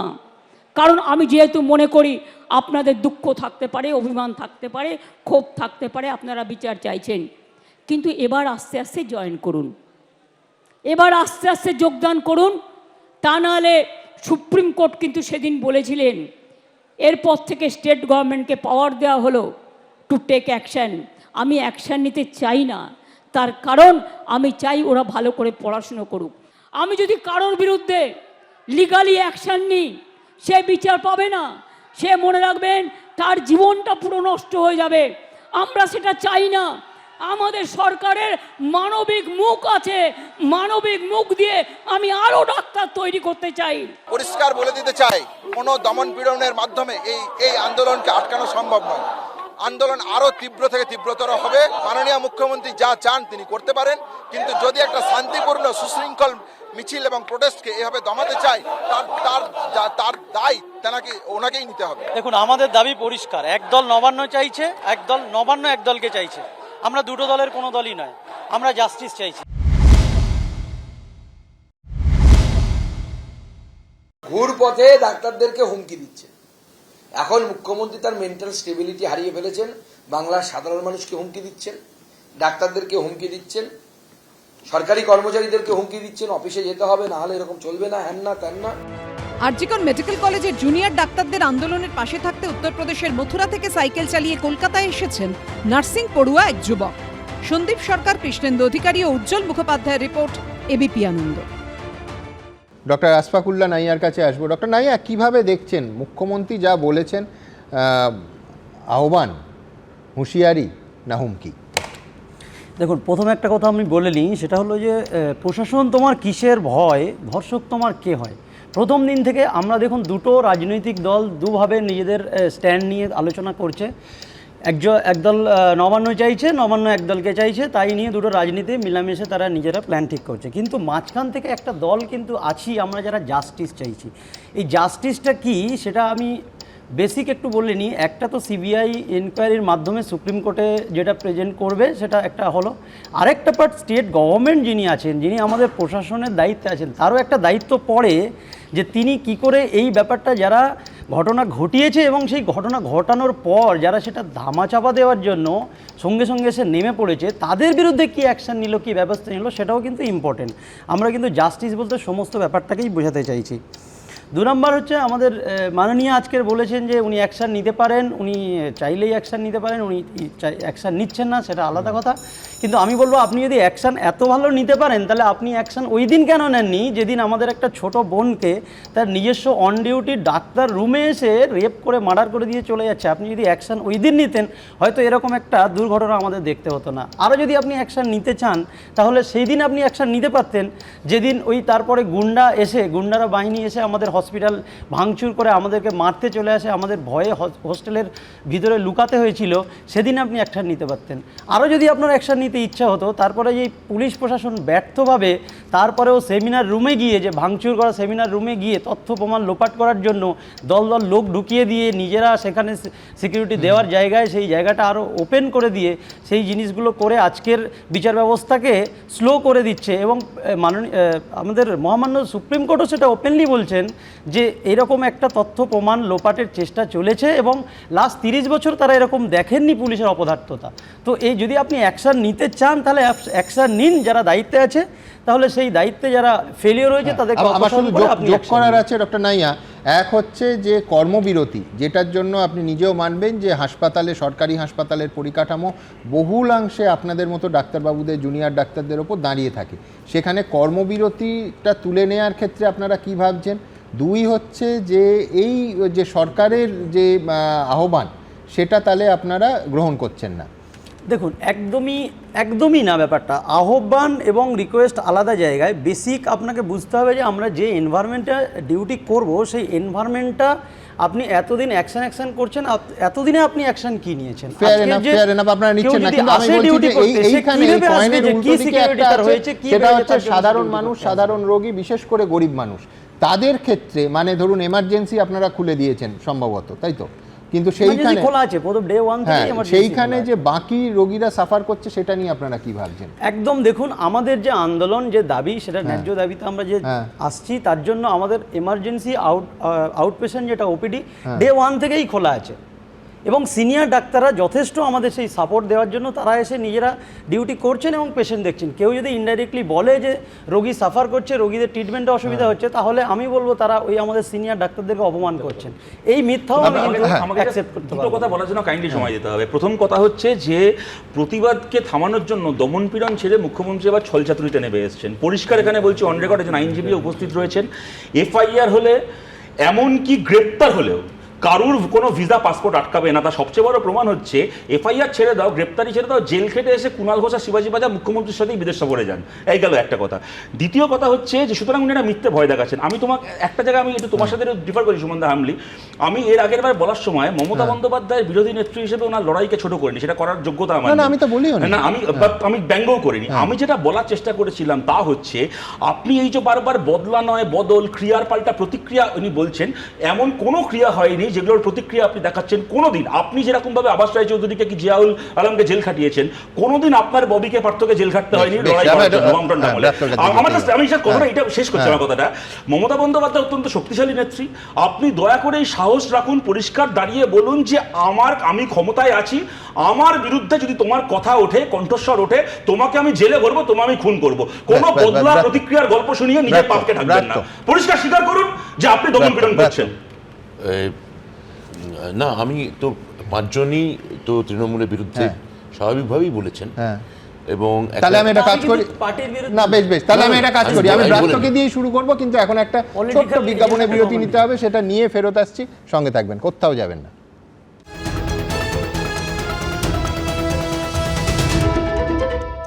দেখুন, এর আগে বহুবার তার নাম উঠলো। ইনফ্যাক্ট এমন কোনো অনুষ্ঠান গত 2 সপ্তাহে আমরা করিনি যে সন্দীপ ঘোষের নাম যেখানে উচ্চারিত হয়নি। সেই সন্দীপ ঘোষকে কেন গ্রেফতার করা হলো না, সিবিআইকে তার জবাব দিতে হবে। আজকে মঞ্চের উপর থেকে মুখ্যমন্ত্রীর উপস্থিতিতে অভিষেক বন্দ্যোপাধ্যায় এই প্রশ্ন তুললেন। আমি আগে কি বলেছেন তিনি দেখাবো, তারপর সেই নিয়ে প্রশ্নে আসবো। কেন 14 দিন এই খুন আর ধর্ষণের মামলায় সন্দীপ ঘোষ অ্যারেস্ট হয়নি, সিবিআইকে জবাব দিতে হবে। পিসিকে গিয়ে কানে কানে একলা একলা জিজ্ঞেস করুন, সন্দীপ ঘোষকে বাঁচানোর জন্য আপনার পিসি কি কি করেছেন, কি কি নির্দেশ দিয়েছে। আরজিকর মেডিকেল কলেজের প্রাক্তন অধ্যক্ষ সন্দীপ ঘোষকে বাঁচানোর চেষ্টা করছে রাজ্য সরকার। বারবার এমনই অভিযোগে সরব হচ্ছে বিরোধীরা। এই আবহে বুধবার মমতা বন্দ্যোপাধ্যায়ের উপস্থিতিতে তৃণমূল ছাত্র পরিষদের প্রতিষ্ঠা দিবসের মঞ্চ থেকে সন্দীপ ঘোষকে কেন এখনও গ্রেফতার করা হলো না তা নিয়ে সিবিআই এর কাছে জবাব চাইলেন অভিষেক বন্দ্যোপাধ্যায়। 4 দিন কলকাতা পুলিশের হাতে কেস ছিল, 10, 11, 12 তারিখ 12, 13, 14 তারিখ মহামান্য কলকাতা হাইকোর্ট সিবিআই এর কাছে কেস ট্রান্সফার করে। আজকে নেই করে 14 দিন অতিক্রান্ত, যারা সন্দীপ ঘোষের অ্যারেস্ট নিয়ে দাবি তুলছিল, কেন 14 দিন এই খুন আর ধর্ষণের মামলায় সন্দীপ ঘোষ অ্যারেস্ট হয়নি, সিবিআইকে জবাব দিতে হবে। চাপের মুখে সন্দীপ ঘোষ আরজিকর মেডিকেল কলেজের অধ্যক্ষের পদ থেকে ইস্তফা দেওয়ার ঘোষণা করা মাত্রই তাকে ন্যাশনাল মেডিকেল কলেজের অধ্যক্ষ করেছিল স্বাস্থ্য ভবন।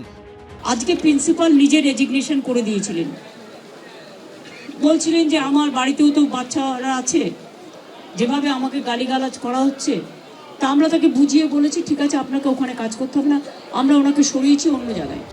রাজ্য সরকারের এই সিদ্ধান্ত নিয়ে প্রশ্ন তোলে high court, supreme court. Kolkata police কেন সন্দীপ ঘোষকে জিজ্ঞাসাবাদ করেনি, কেন বয়ান রেকর্ড করেনি, এই প্রশ্নও উঠেছে। সন্দীপ ঘোষের বিরুদ্ধে দীর্ঘদিন আগে থেকেই আর্থিক অনিয়মে অভিযোগ ওঠার পরেও কেন রাজ্য সরকার তদন্ত করেনি, সেই প্রশ্ন লাগাতার তুলছে বিরোধীরা। এই প্রেক্ষাপটে বুধবার অভিষেক বন্দ্যোপাধ্যায়ের মন্তব্যের তীব্র কটাক্ষ করেছে বিরোধীরা। আমি শ্রীমান ভাইপোকে অনুরোধ করব, পিসিকে গিয়ে কানে কানে একলা একলা জিজ্ঞেস করুন, সন্দীপ ঘোষকে বাঁচানোর জন্য আপনার পিসি কি কি করেছেন, কি কি নির্দেশ দিয়েছেন, এবং সন্দীপ ঘোষ কে আপনাদের সেটাও একবার জিজ্ঞেস করবেন। তাহলে পরে সমস্ত প্রশ্নের উত্তর আপনি পেয়ে যাবেন। তার মাধ্যমে স্বাস্থ্য দপ্তর চলে আপনি জানেন না, স্বাস্থ্য দপ্তরে দুর্নীতি হয় আপনি জানেন না, এবং তারপরে আপনি বড় বড় কথা বলছেন। এই কথা কেন তার মনে হচ্ছে না যে এইরকম একটা লোককে হঠাৎ করে মমতা ব্যানার্জি এত কিছু ঘটনার পরও তাকে প্রমোশনটা দিয়ে ন্যাশনাল মেডিকেল কলেজে কেন নিয়ে গেছিল?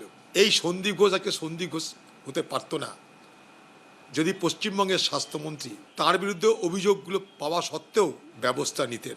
ঘাড়ে ধাক্কা দিয়ে বের করে দেওয়া হয়নি কেন? আরজিকরে চিকিৎসককে ধর্ষণ, খুন এবং আর্থিক অনিয়মের জোড়া মামলায় টানা 12 দিন ধরে ম্যারাথন জিজ্ঞাসাবাদের পাশাপাশি রবিবার 12 ঘন্টা ধরে আরজিকরের প্রাক্তন অধ্যক্ষ সন্দীপ ঘোষের বাড়িতে তল্লাশি করেছে সিবিআই। বুধবারও সন্দীপ ঘোষকে ম্যারাথন জিজ্ঞাসাবাদ করে সিবিআই। এদিকে সন্দীপ ঘোষকে সাসপেন্ড করার সিদ্ধান্ত নিয়েছে ইন্ডিয়ান মেডিকেল অ্যাসোসিয়েশন বা আইএম-এর ডিসিপ্লিনারি কমিটি। প্রকাশ সিনহা, আবির দত্ত, উজ্জ্বল মুখোপাধ্যায়, এবিপি আনন্দ। দেখুন, এইখানে আপনাদের একটু ফ্ল্যাশব্যাকে নিয়ে যাই। কলকাতা হাইকোর্টের মাননীয় প্রধান বিচারপতি, তার এজলাসে একদিন প্রশ্ন উঠল, মাননীয় প্রধান বিচারপতি স্বয়ং এই প্রশ্ন করলেন যে 4 দিন কলকাতা পুলিশ এই কেসের তদন্ত করেছে, অথচ এই সন্দীপ ঘোষকে তার জেরা করা দূরের কথা, তার বয়ান অবধি রেকর্ড করা হয়নি। তার কারণ এই রকম পাশবিক ঘটনা যে প্রতিষ্ঠানে হয়েছে সেই প্রতিষ্ঠানের তিনি অধ্যক্ষ। আমি বলছি এই বিষয় কলকাতা হাইকোর্টের মাননীয় প্রধান বিচারপতি তুলেছে। খানিকক্ষণ আগে আপনাদের বলেছিলাম যে আইএমএ আজকে সন্দীপ ঘোষকে সাসপেন্ড করেছে, এখনও রাজ্য সরকার কিন্তু কোনো ব্যবস্থা সন্দীপ ঘোষের বিরুদ্ধে নেয়নি। আমি ব্রাত্য বসুর কাছে আসবো যে আজকে অভিষেক বন্দ্যোপাধ্যায় মঞ্চের ওপর থেকে এই প্রশ্ন তুলেছেন যে কেন সন্দীপ ঘোষকে গ্রেফতার করা হয়নি, সিবিআইকে জবাব দিতে হবে। আমি বলছি কোথাও অভিষেক কি কৌশলে কলকাতা পুলিশেরই জবাব চাইলেন? আমার মনে হয় না। আমার অভিষেক বন্দ্যোপাধ্যায় যে কথাটা বলেছেন এটার মধ্যে তো ওরা ওইভাবে ব্যাখ্যা করতে পারেন কেউ কেউ, এবং করেওছেন ইতিমধ্যে, যে এটা আসলে দুজনের দ্বন্দ্ব, এটা ওদের ব্যাখ্যা ওরা করে যান দিনের পর দিন, কোনো অসুবিধা নেই।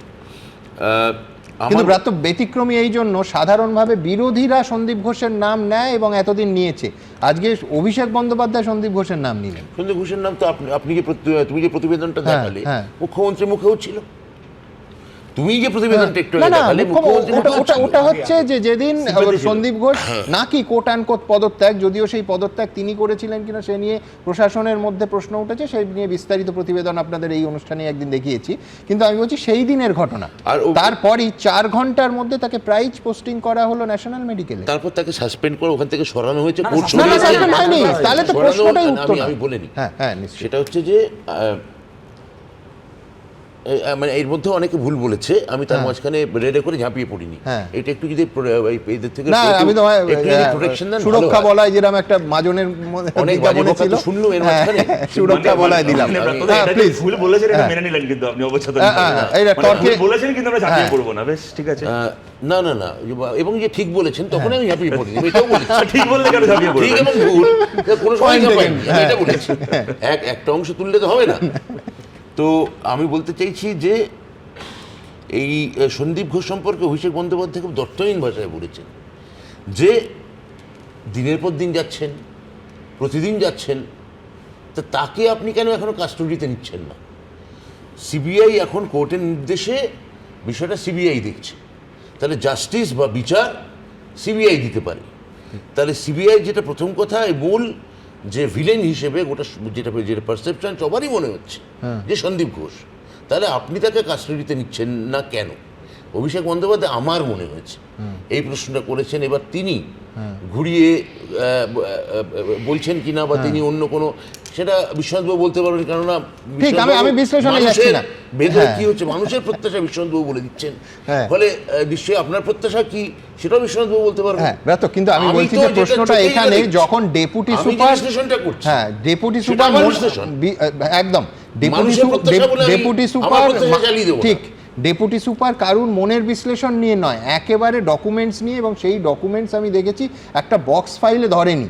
সেই ডকুমেন্টস নিয়ে তিনি যখন স্বাস্থ্য দপ্তর, এমনকি মুখ্যমন্ত্রীর দপ্তরেও কমপ্লেন করেছেন জুলাই মাস থেকে, এবং সেই প্রতিবেদন আমরা এখন নয় 2023 সালে জুলাই মাস থেকে দেখাচ্ছি, তারপরে স্বাস্থ্য দপ্তর সন্দীপ ঘোষের বিরুদ্ধে কিছু ব্যবস্থা নেয়নি, আক্তার আলীকে সরিয়ে দিয়েছেন, বরঞ্চ আক্তার আলীকে মুর্শিদাবাদে ট্রান্সফার করা। সন্দীপ ঘোষের বিরুদ্ধে যা আমার তো মনে হয় যা ব্যবস্থা নেওয়ার, যদি কিছু খামতি থেকে থাকে সেটা তো এতদিনে একটা, তার আমার মনে হয় যে দাঁড়িপাল্লায় যদি মাপা হয় সেটা একটা বেশ ভালোই ব্যবস্থা হলো। এবার ফাইনাল ব্যবস্থা যে সিবিআই, কোন ব্যবস্থাটার কথা বলছেন? যে রোজ সকালে আপনাকে সিবিআই অফিসে যেতে হবে, রোজ রাতে ফেরত আসতে হবে? আমি একটু বলতে চাই, একটা প্রত্যেকের কাছে যাবো, আলাদা আলাদা করে যাবো। দেখুন, অভিষেক বন্দ্যোপাধ্যায় নিঃসন্দেহে নিশ্চয়ই কুম্ভকর্ণ নন, কারণ কুম্ভকর্ণ 6 মাস বাদে বাদে ঘুম ভাঙত। অভিষেক বন্দ্যোপাধ্যায় প্রায় 20 দিন বাদে ঘুম ভেঙে আজকে তিনি আরজিকর নিয়ে মন্তব্য করেছেন, এবং কি বলছেন, সন্দীপ ঘোষকে তাকে কেন গ্রেফতার করা হচ্ছে না। অবশ্যই এই প্রশ্ন খুব যথাযথ।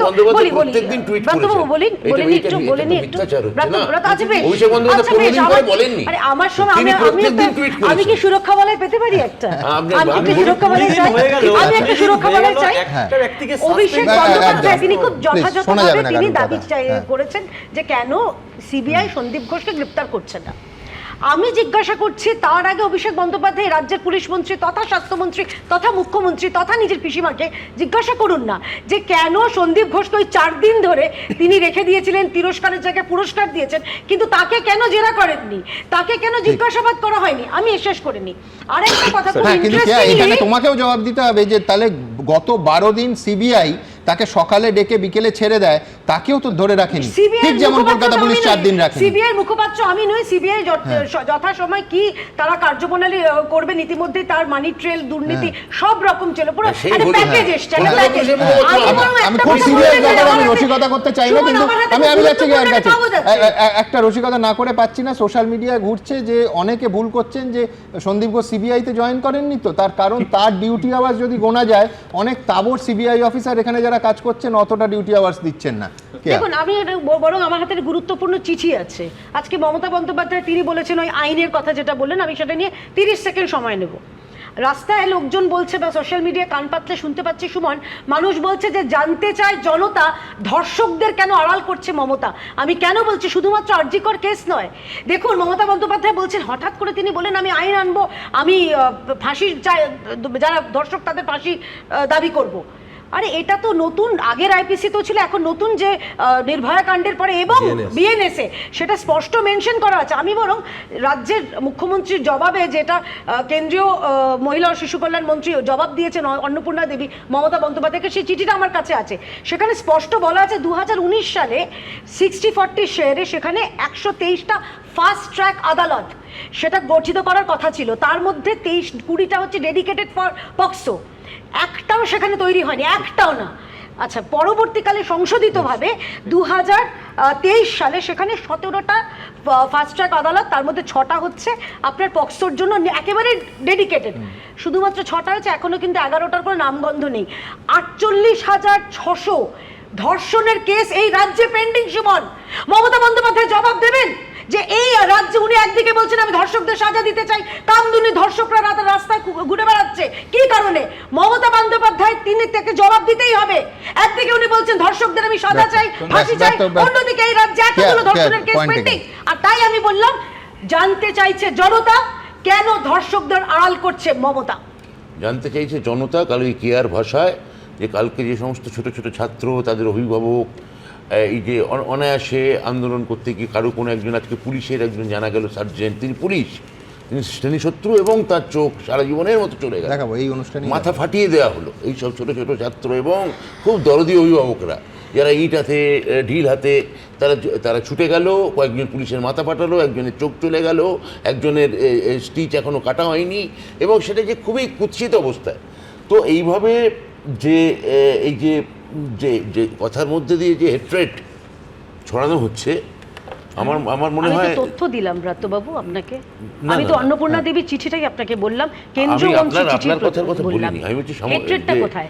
সত্যি কথা বললে আপনার হেট্রেট মনে না, আমি আপনার কথার কথা বলিনি, আমি অভিভাবকের প্রসঙ্গে ওই কথাটা বলেছি। আমি এবং তার আঘাত লাগার পরে কিন্তু আমরা দেখেছি সেই প্রতিবাদী ছাত্ররাই, ছাত্র সমাজের তারা প্রতিনিধিরাই কিন্তু তাকে নিয়ে গেলেন সেই জায়গা থেকে কর্ডন করে, সেই ছবিও তো দেখেছি। সেটাও বলুন, নিঃসন্দেহে তার নিয়ে যাওয়া হচ্ছে, তিনি হচ্ছেন চণ্ডীতলার আইসি, একদম এটা সিআই।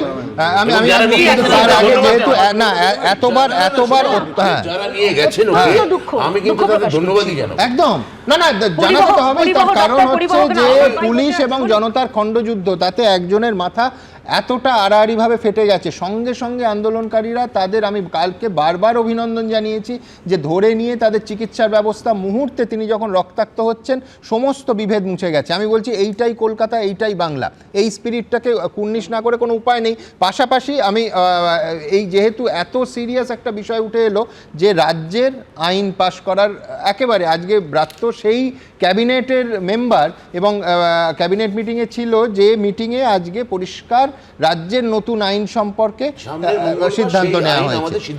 কিন্তু পাশাপাশি এটাও ভারতবর্ষের সংবিধান অনুযায়ী যদি কোনো আইন কেন্দ্রীয় আইনের সঙ্গে সামঞ্জস্যপূর্ণ না হয়, সেক্ষেত্রে কেন্দ্রের আইন প্রিভেলড হয়। আমি দ্রুত একবার সব পক্ষের বক্তব্য পরের প্রতিবেদনে আপনাদের সামনে আনবো, তার কারণ ধর্ষণ বিরোধী আইন, এই বিতর্ক আজকের নয়, এ নিয়ে চর্চাও আজকের নয়। আজকে কি হলো দেখাবো। যারা ধর্ষক করবে তাদের একমাত্র শাস্তি ফাঁসি, ফাঁসি, ফাঁসি, আর কিছু নয়। We want capital punishment. তারা বলছে দাবি এক, দফা এক, মুখ্যমন্ত্রীর পদত্যাগ। আমি বলি দাবি এক, দফা এক, ধর্ষণ বিরোধী আইন। আরজিকর মেডিকেল কলেজে তরুণী চিকিৎসক ধর্ষণ খুনের ঘটনায় দোষীদের দৃষ্টান্তমূলক শাস্তির দাবির পাশাপাশি উঠেছে মুখ্যমন্ত্রীর পদত্যাগের দাবি।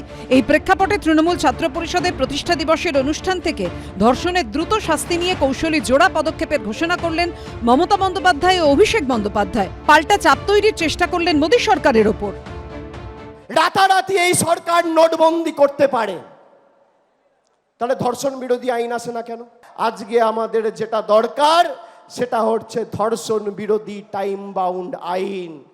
এই আইন যদি আগামী 3-4 মাসের মধ্যে ভারতবর্ষের কেন্দ্রের সরকার প্রণয়ন না করে, তাহলে দিল্লিতে বৃহত্তর আন্দোলন তৃণমূল কংগ্রেস গড়বে। কেন্দ্রের সরকার যদি এই আইন না আনে, তাহলে প্রাইভেট মেম্বার বিলের মাধ্যমে আমি এই আইন মুভ করব। উইকে অ্যাসেম্বলি কল করব বিধানসভা স্পিকারকে বলে, এবং আমরা ওয়েস্ট বেঙ্গল অ্যাসেম্বলি থেকে আগামী 10 দিনের মধ্যে ফাঁসি, ধর্ষকের ফাঁসি চাই, এই বিল আমরা পাশ করে রাজ্যপালের কাছে পাঠাবো। আমি জানি রাজার পট রাজাবাবু কিছু করবে না, না করলে মেয়েরা মনে রাখবেন রাজভবনে গিয়ে বসে থাকবে ঘন্টার পর ঘন্টা, ভাইরাও থাকবে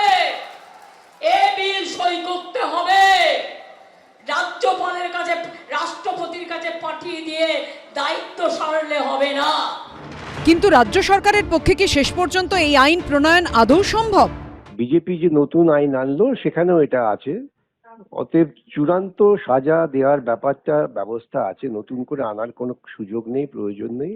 আর বিধানসভা এভাবে নতুন করে আইন আনা যায় না যখন ইতিমধ্যেই আইন আছে। অকুপাইড ফিল্ড বলে একটা কথা আছে, যখন একটা আইন আছে সেখানে নতুন কোনো আইন হয় না। আসলে রাজ্যের মুখ্যমন্ত্রী আবল তাবল কথা বলে তার কর্মীদের অনুপ্রাণিত করতে ভালোবাসেন, তাই বলেছেন। এর কোনো যুক্তিগ্রাহ্য গ্রহণযোগ্যতা নেই। অলরেডি আমাদের ভারতবর্ষের যে আইন আছে সেই আইন অনুসারে সর্বোচ্চ শাস্তি ডেথ সেন্টেন্সই আছে। আমি জানি না বিধানসভা কোনো আইন পাশ করতে পারে কি পারে না। যতদূর আমার জানা আছে আইন পাশ করতে হলে লোকসভা এবং রাজ্যসভায় পাশ করতে হয়। ধর্ষণের দ্রুত শাস্তির দাবি জানানোর পাশাপাশি রাজ্যপালকেও আক্রমণ করেন মুখ্যমন্ত্রী। পাল্টা তাঁকে কটাক্ষ করেছে বিজেপি। আপনি আবার বড় বড় কথা বলেন কি? আপনার রাজভবনের কর্মী, একজন মহিলা কর্মী, তাকে আপনি নির্যাতন করেন, ট্রমাটাইজ হয়ে গিয়েছিল, তাকে আমি অন্য জায়গায় চাকরি দিয়েছি। মুখ্যমন্ত্রী যে আইন বানাবেন তাতে আবার লেখা থাকবে না তো এরকম যে খদ্দেরের সাথে কাস্টমারের সাথে মহিলার গন্ডগোলের ফলে হয়েছে, আবার লেখা থাকবে না তো এর সাথে প্রেম অ্যাফেয়ার ছিল, তাহলে সেটা ধর্ষণ হিসেবে পরিগণিত হবে না। বা 14 বছরের বাচ্চা মেয়েটি প্রেগনেন্ট ছিল, এগুলো সাব ক্লজ থাকবে না তো তাতে আবার মুখ্যমন্ত্রী আপনি যে আইনটা পাস করবেন। সংবাদ সংস্থাকে দেওয়া এক সাক্ষাৎকারে আরজিকর কাণ্ড নিয়ে মুখ খুলেছেন রাষ্ট্রপতি দ্রৌপদী মুর্মু। তিনি বলেছেন, আরজিকর মেডিকেল কলেজে যা ঘটেছে তাতে তিনি হতাশ এবং আতঙ্কিত। কোনো সভ্য সমাজ মা বোনেদের ওপর নির্যাতন মানতে পারে না। পাশাপাশি রাষ্ট্রপতির বার্তা, অনেক হয়েছে, মহিলাদের ওপর অপরাধ আর বরদাস্ত নয়। আশাবুল হোসেন, উজ্জ্বল মুখোপাধ্যায় ও শিবাশিস মৌলিকের রিপোর্ট, এবিপি আনন্দ। খুব দ্রুত ফিরদৌস, আমি বলছি এই আইন এর বাস্তবতা এবং কত দ্রুত হতে পারে? দেখুন, প্রথমেই বলি, প্রতিটি ভারতবর্ষের প্রতিটি নাগরিকের জন্য ক্রিমিনাল ল এক, সিভিল ল আলাদা আলাদা। অতএব মহারাষ্ট্রের রেপ ল আলাদা আর পশ্চিমবঙ্গের রেপ ল আলাদা, এটা হতে পারে না। আমাদের বর্তমানে যে আইনগত প্রভিশন রয়েছে বিএনএসে, যদি ধর্ষণের ফলে যদি মৃত্যু ঘটে বা ভেজিটেটিভ স্টেটে চলে যায় ধর্ষিতা, তাহলে ক্যাপিটাল পানিশমেন্টের প্রভিশন অলরেডি আইনে আছে। এখন এই যে পাবলিক অর্ডার, এটা স্টেট সাবজেক্ট, অর্থাৎ পুলিশকে তদন্ত করতে হবে এবং তদন্ত করে যদি মৃত্যু ঘটে ধর্ষিতার বা ভেজিটেটিভ স্টেটে চলে যায়, তাহলে এই যে ক্যাপিটাল পানিশমেন্ট অর্থাৎ ফাঁসি দেওয়া যায়। নতুন করে আইন আনার কোনো প্রয়োজন নেই। আর নতুন করে বিধানসভায় নতুন এই আইনটা পাস হয়েছে। এর আগেও মন্ত্রিসভা তো অনেক আইন পাস করেছেন। আমার সেই কোঅপারেটিভ ল থেকে শুরু করে আজকের এই নতুন কথা একটু শুনছি। এবং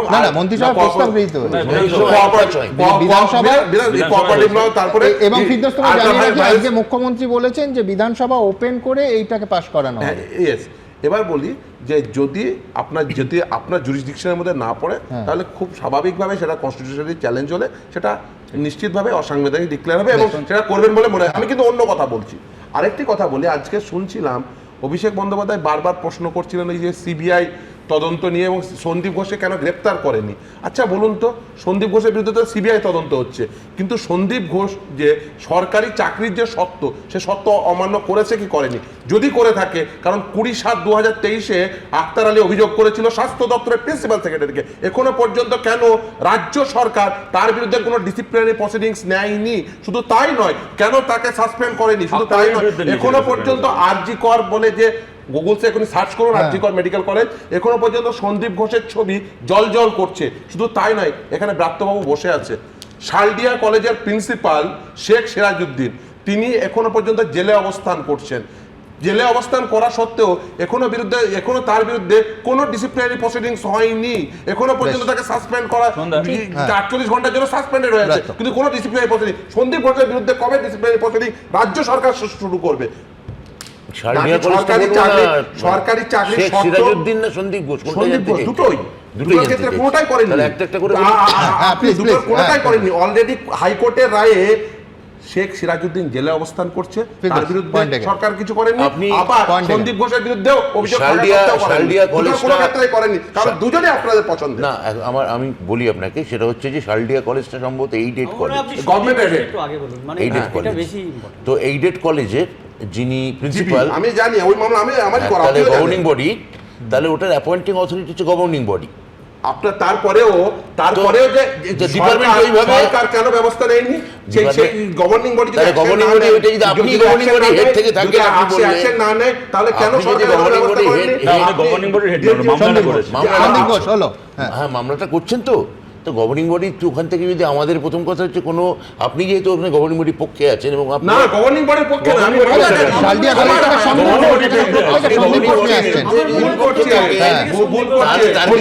ক্যাকোফোনি নয় সরকার সন্দীপ ঘোষের বিরুদ্ধে কি ব্যবস্থা গ্রহণ করেছে একদম একদম একদম ভাষায় বলতে পারি বলতে চাইছি ওনাকে অ্যানসার দিতে দিন সন্দীপ ঘোষের বিরুদ্ধে সরকার কবে ব্যবস্থা নেবে ডিসিপ্লিনারি প্রসিডিং এটা স্বাস্থ্য আমার মনে হয় যে সিবিআই স্বাস্থ্য ভবনই পুরো না স্বাস্থ্য সিবিআই সবাই কথা বললে কিচ্ছু শোনা যাবে না হলো তো শুনেছি তো উত্তরটা নেই না সিবিআই এর কাস্টডিতে যতদিন আছে মানে অন্তত উনি ওনার জিজ্ঞাসাবাদের আওতার মধ্যে আছেন তার মধ্যে যদি সেই আওতার সিবিআই একটা জানাক যে তারা অ্যারেস্ট করছে না করছে না 14 দিন অতিক্রান্ত একটু আগেই না তার সঙ্গে কি সম্পর্ক না সিবিআই জেরা করুক বা না করুক আমি তাতে রাজ্য সরকার কখন কি না নেবে বা না নেবে সেটা ঠিকই পশ্চিমবঙ্গ সরকার মনে করছে সন্দীপ ঘোষ সরকারি চাকরি একেবারে অমান্য করেন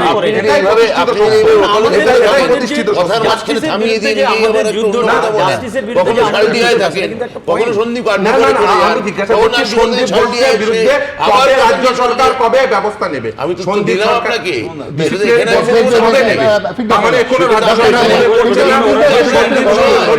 দেখুন একজন মানুষের শুধু সন্দীপ ঘোষের নাম নিয়ে আমরা একটা সিম্বলিজম বোঝাচ্ছি স্বাস্থ্য দপ্তরে কিন্তু আরো শয়ে শয়ে সন্দীপ ঘোষ বসানো আছে আপনারা যদি অ্যাকশন নেন তাহলে আমরা বুঝবো যে হ্যাঁ সন্দীপ ঘোষের মতো মানুষকে একটা অ্যাকশন নিতে পারেন স্বাস্থ্য দপ্তরের এই যে মানে ঘুঘুর বাসা হয়ে বসে আছে সেটার বিরুদ্ধে যদি আপনারা অ্যাকশন নেওয়ার একটা অন্তত সদর্থক ভূমিকা অন্তত পালন করুন আজ 20 দিন হয়ে গেল একজনকে বলছেন সাসপেন্ড করতে আপনাদের অসুবিধা হচ্ছে কিসের অসুবিধা হচ্ছে এটাই তো আমাদের কোশ্চেন আর তারপর বলছেন কাজে যোগ দিন কাজে যোগ দেওয়ার জন্য আপনি কি পজিটিভ আপনার স্টেপ নিয়েছেন যেটা স্টেট গভর্নমেন্ট আমাদেরকে বলেছে যে এই স্টেপ নিয়েছি তোমরা এবার কাজে যোগদান করো সেন্ট্রাল গভর্নমেন্ট সিআইএসএফ পাঠিয়েছে বাইরে সিআইএসএফ এর সিকিউরিটি আছে কাজে যোগ দেওয়ার মুখ্যমন্ত্রী আপনাকে অনুরোধ করেছে অনুরোধ তো করছে অনুরোধ আমাদের আপনারা হুঁশিয়ারি বলে মনে হতে পারে না এমন অনুরোধ করছেন সেখানে আবার এফআইআর করে দেব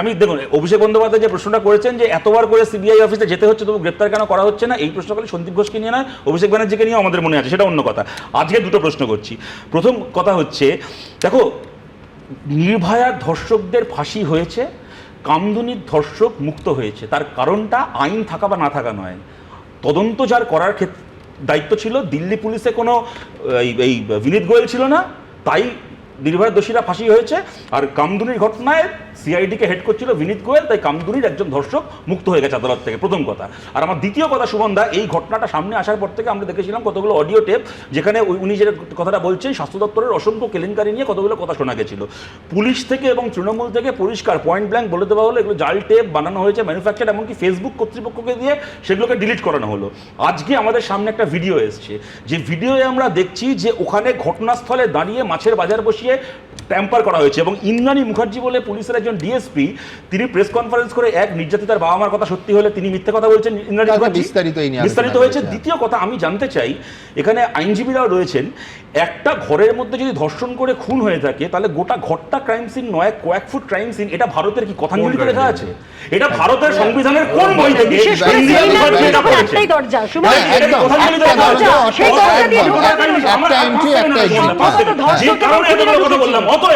আমি এখানে দাবি করছি যে অডিওগুলো আমাদের সামনে এসেছিল যেখানে ওই বিভৎস কথাগুলো বলা হয়েছিল সেইগুলোরও তদন্ত করতে হবে পুলিশ চোখ রাঙিয়ে যে ফেসবুকে পোস্ট করেছে তাকে বাড়ি থেকে তুলে নিয়ে গিয়ে পোস্ট ডিলিট করিয়ে যা ধামাচাপা দেওয়ার চেষ্টা করেছে প্রতিটাকে তদন্ত করতে হবে আমাদেরকে জানতেই হবে স্বাস্থ্য দপ্তরে কি হচ্ছে আমি বলছি অডিও ভিডিও যেগুলো প্রমাণ সাপেক্ষ বাদ দিন আমি বলছি এই ডেপুটি সুপার তিনি 1 বছর 5 মাস আগে যে তথ্য প্রমাণ আক্তার আলী সামনে এনেছেন আমি বলছি সেইগুলোর কি তদন্ত হয়েছে আর সেইগুলো তদন্ত করার দায়িত্ব গতকাল অবধি বলেছি সিবিআইয়ের গতকাল রাত থেকে বলছি সিবিআই এবং ইডি তার কারণ অফিসিয়ালি এর মধ্যে ইডি ঢুকেছে তারাই বা কবে ফল আমাদের সামনে আনবে এই জোড়া প্রশ্ন আমাদের থাকবে ব্রাত্য না শতরূপের উত্তরে?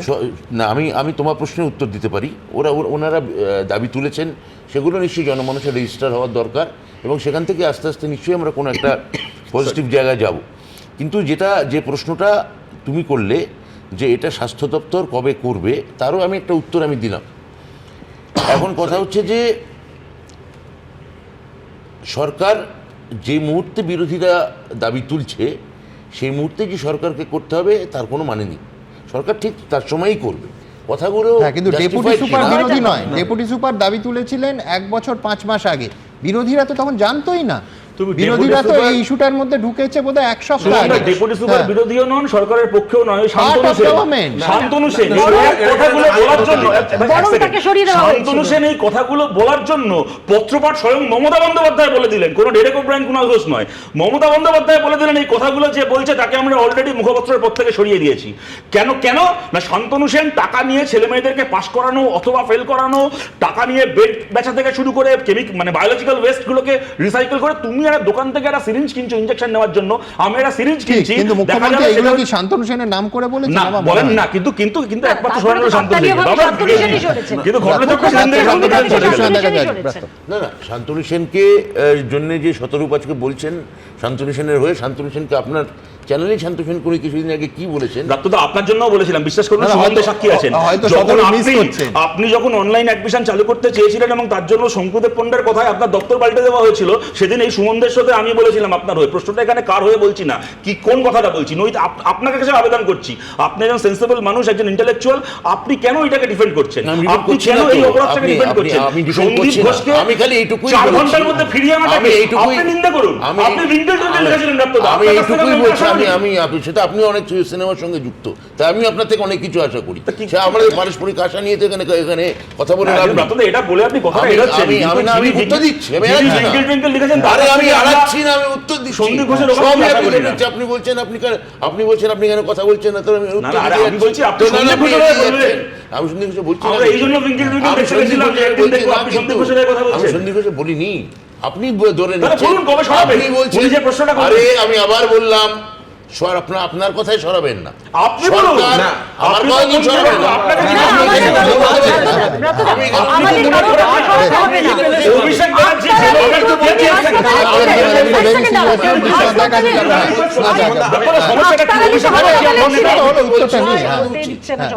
আমি বলছি ওকে সরানো উচিত, দাঁড়ান সরকার ঠিক সময় সরাবে। এখানে বলুন সুমন, একটা পরিষ্কার কথা, যে লোকটাকে অভিষেক বন্দ্যোপাধ্যায় গ্রেফতার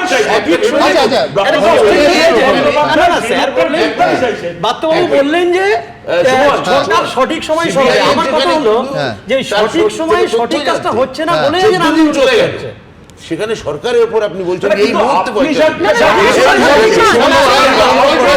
আমার কোনো দ্বিধা নেই যে এক হচ্ছে এই সিবিআই এবং ইডিকে এই প্রশ্নের উত্তর তো দিতে হবেই, কিন্তু আমি বলছি পাশাপাশি তাকে কেন এখনো স্বপদে রাখা হয়েছে, কেন তাকে সাসপেন্ড করা হয়নি, ঠিক যেরকম এই প্রশ্নের উত্তর সরকারকে দিতে হবে, রাজ্য সরকারকে দিতে হবে, কারণ সেটা হচ্ছে তার এখতিয়ার।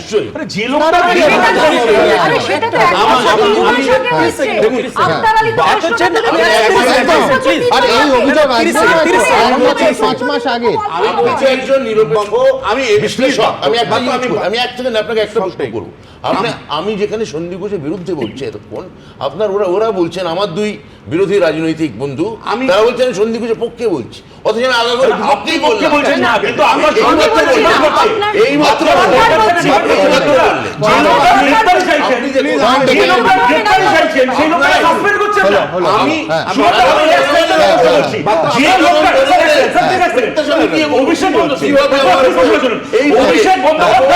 অভিষেক বন্দ্যোপাধ্যায় মঞ্চে দাঁড়িয়ে যে লোকটা গ্রেফতারি চাইছেন, অভিষেক বন্দ্যোপাধ্যায় সরকার সেই লোকটাকে সাসপেন্ড করছে না, এটা কি হচ্ছে নাকি? তারপরে আপনারা বলবেন আমি সন্দীপ ঘোষের পক্ষে বিপক্ষে, এটা ছেলেখেলা হচ্ছে। এটা একটা লোককে গ্রেফতার করতে হবে কিন্তু আপনারা সাসপেন্ড করবেন না, প্রশ্ন করলে বলবেন সরকার থেকে ভালোবাসে, সেদিন বলবে এটা কি হচ্ছে?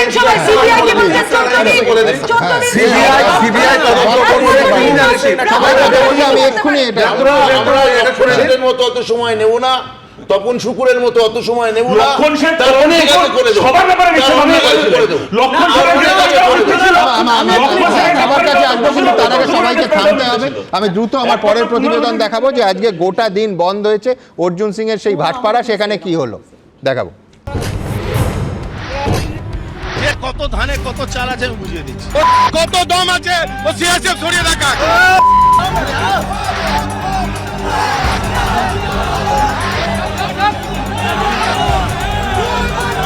স্লোগান পাল্টা স্লোগান, পুলিশের সঙ্গে ধস্তাধস্তি, উঠল বোমা, গুলি চলার অভিযোগ। বিজেপির ডাকা 12 ঘন্টার বাংলা বন্ধ ঘিরে ধুন্ধুমার উত্তর 24 পরগনার ভাটপাড়ায়। সম্মুখ সমরে জড়ালেন বিজেপি নেতা অর্জুন সিং ও তৃণমূল বিধায়ক সোমনাথ শ্যাম। পুলিশ সরে যাক, 5 মিনিট সরে দেখা কে কত ধানে কত চাল আছে আমি বুঝিয়ে দিচ্ছি, ও কত দম আছে ও সিআরপিএফ সরিয়ে রাখা, দাঁড়িয়ে রাখা, আমি দেখে নিচ্ছি। বন্ধের সকালে বিজেপির দেওয়া এই ভিডিও ঘিরে চরমে ওঠে উত্তেজনা। গেরুয়া শিবিরের দাবি, তৃণমূল ছেড়ে বিজেপিতে যোগ দেওয়া প্রিয়াঙ্কু পান্ডের গাড়ি লক্ষ্য করে অন্তত 7 রাউন্ড গুলি ছোড়া হয়।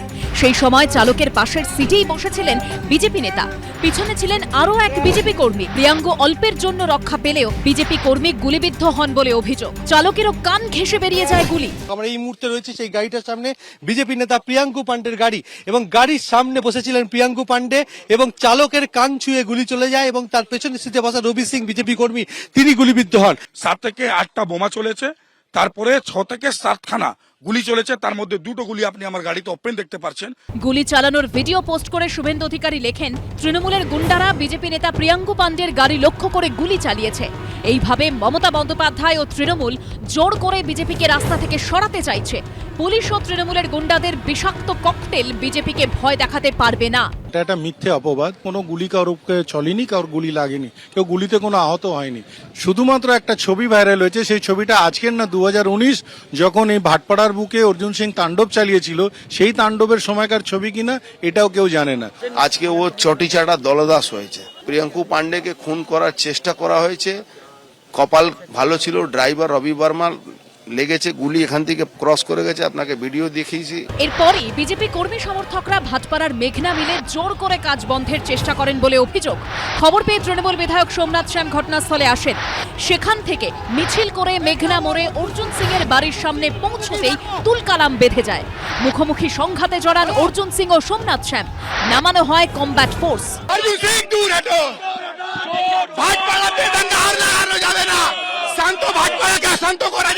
আমাকে কি ঘিরে রাখবে? আমাকে ঘিরে রাখার এই পুলিশ ঘিরে রেখেছে। এই পুলিশ দলদাস চটিচাটা পুলিশ। কি হলো, আপনারা সরাতে পারছেন না তো সরে যান না, আমরা একটা সরিয়ে দিচ্ছি।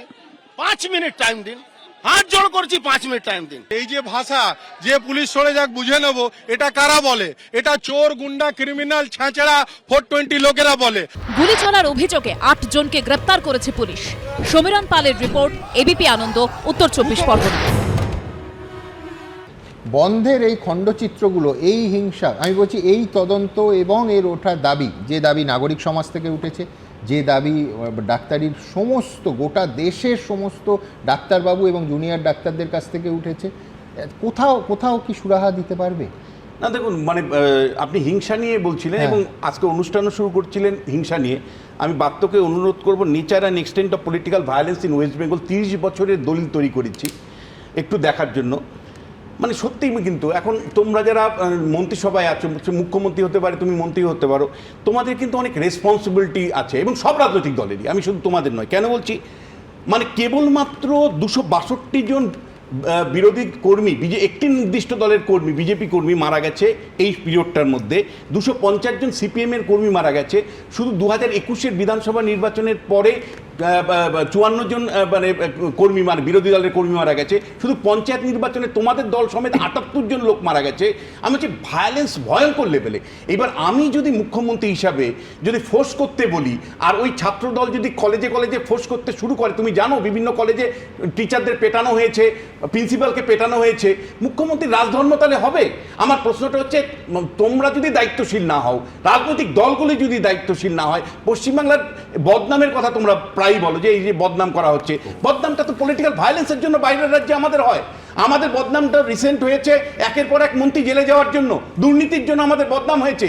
আমাদের বদনাম হয়েছে আরজি করের মতন ঘটনার পরে, মানে রাজ্যের প্রশাসন যখন চুপ করে থাকে, প্রশ্নটা যে এটা ইম্পর্টেন্ট, আমি কি শেষ পর্যন্ত রাজধর্ম পালন করব নাকি আমি পলিটিক্যাল গেইন করব? দেখো নির্বাচনে একের পর এক তোমরা জয়ী হচ্ছে, এটা নিয়ে কোনো নেই, মানে কোনো প্রশ্ন নেই যে একের পর এক জনমত তোমাদের পক্ষে আছে এবং বিজেপি কার্যত ধরাশায়ী হচ্ছে তোমাদের কাছে। কিন্তু তারপরেও যে বৃহত্তম প্রশ্ন আছে গভর্নেন্সের প্রশ্নে, জাস্টিসের প্রশ্নে বারবার তোমরা ফেল করছো। বারবার কিন্তু আমরা প্রশ্নগুলো তুলছি, তখন তোমরা বলছো কুৎসা করবেন না, নিন্দা করবেন না, মিডিয়াকে আক্রমণ তোমরা করছো, মিডিয়াকে জেলে পাঠানোর জন্য তোমরা ব্যস্ত হচ্ছ।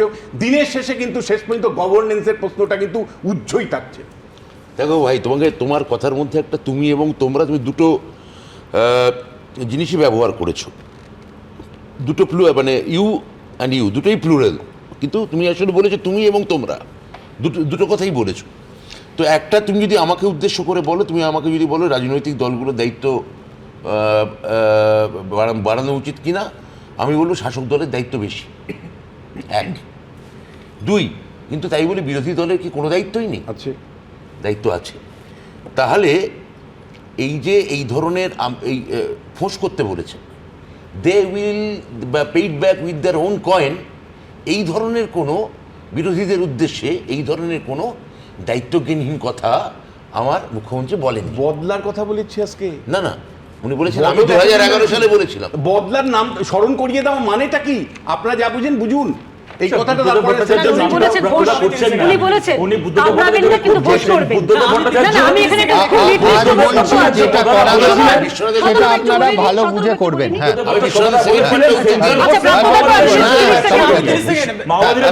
উত্তরটা শেষ সেকেন্ড পার্টটা দিন আমি। সেটা হচ্ছে বিশ্বনাথ যেটা বললো, সেটা হচ্ছে তার সেকেন্ড পার্ট যেটা দাঁড়ায়, সেটা হচ্ছে যে এই একের পর এক যে গভর্নর জেলে যাচ্ছে, বদনাম হচ্ছে। এইটা কি এটা ঠিক বদনাম হচ্ছে? তুমি কি এটা মনে করছো না এটা দিল্লি সরকারের বদনাম হচ্ছে না? তুমি এটা মনে করছো না যে দিল্লি সরকার মানে রাজ্য সরকার? তোমার থেকে নিচ্ছি, একটার পর একটা যখন এই দুর্নীতিগুলো উঠেছে না, তোমার শিক্ষা দুর্নীতি, তোমরা চুপ করেছিলে। কোর্টের রায়ের ভিত্তিতে সিবিআই এসছে। যখন রেশন দুর্নীতিতে মানে একের পর এক দুর্নীতি অভিযোগ উঠেছে, শুধু তাই না, তোমার পুলিশের এফআইআর রেশন দুর্নীতি, সেটা কিছু দূর এগোলো।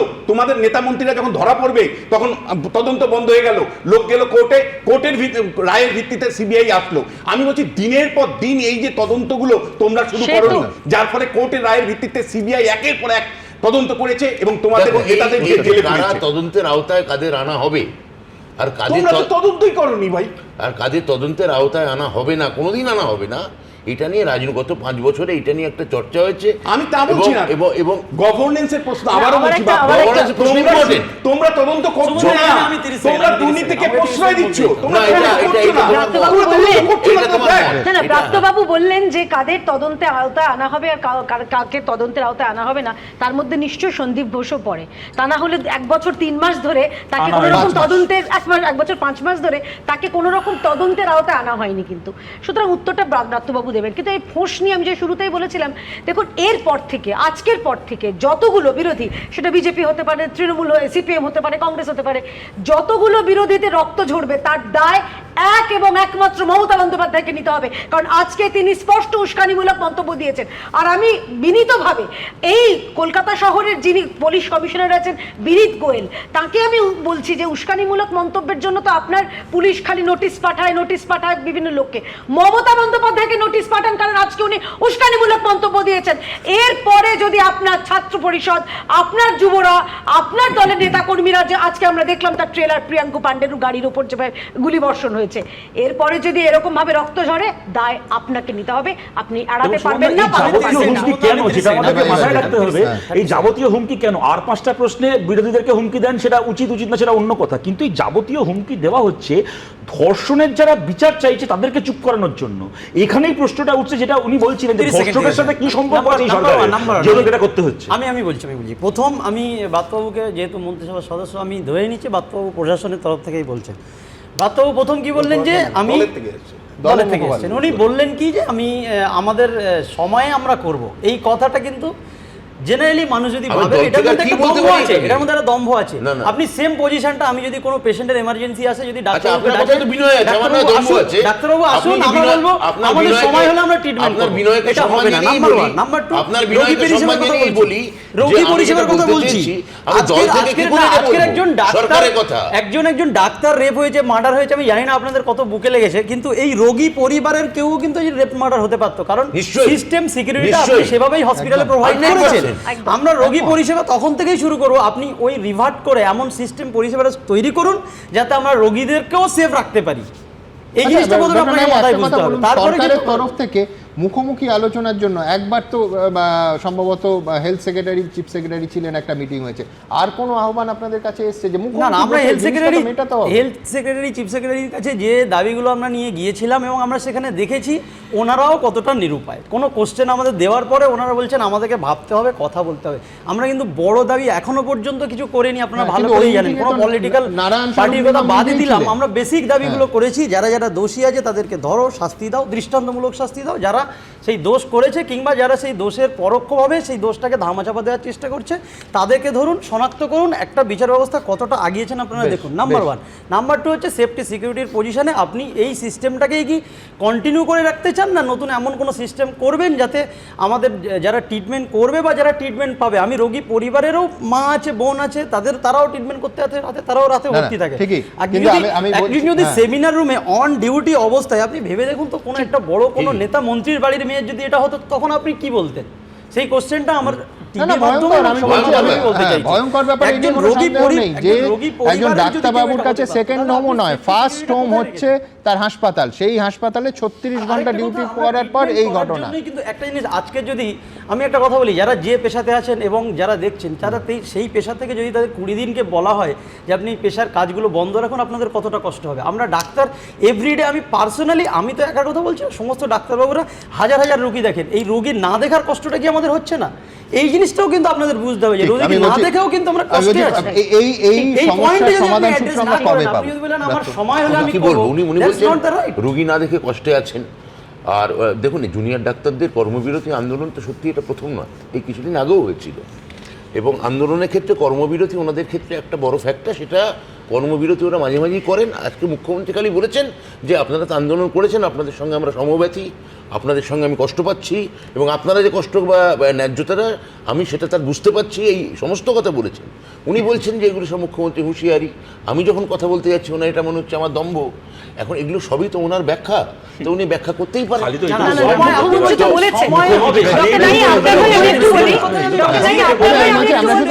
চাইতে পারি যে প্রতিদিন যে ভয়ঙ্কর ঘটনা, কিন্তু আমি বলছি যে সেই মুখ্যমন্ত্রী বলেছেন, হ্যাঁ উনি বলেছেন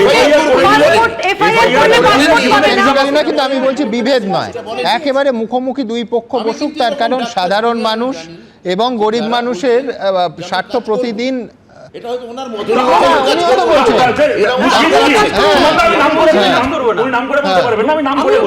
আমি এরকম তৃণমূল নেতা জানি, শুভেন্দু শেখর রায়, যিনি বলছেন বিনীত গোয়েলের কাস্টাডি হওয়া উচিত। সুতরাং এই কথাগুলো বলে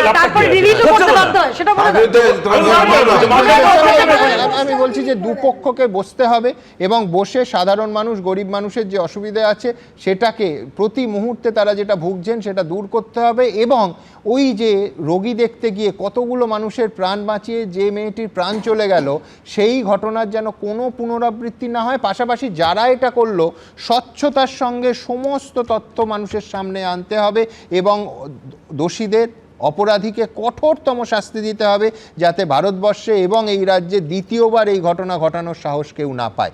এই দাবি আমাদের থাকলো। আমি আবার আজ গোটা দিনের বন্ধের পরের প্রতিবেদনে আসব।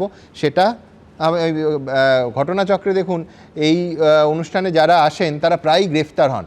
কালকে আপনাদের বললাম সায়নকে এই ডান দিক থেকে গ্রেফতার। আজকে পরের প্রতিবেদন কাকে নিয়ে জানেন? সজল ঘোষ, তিনিও আজকে গ্রেফতার হয়েছেন। শিয়ালদার কোলে মার্কেটে এই জুনিয়র ডাক্তারবাবু বলছেন আমি না হই, চেয়ারটা ওই মাঝের চেয়ারেই কালকে সায়ন বসেছিলেন।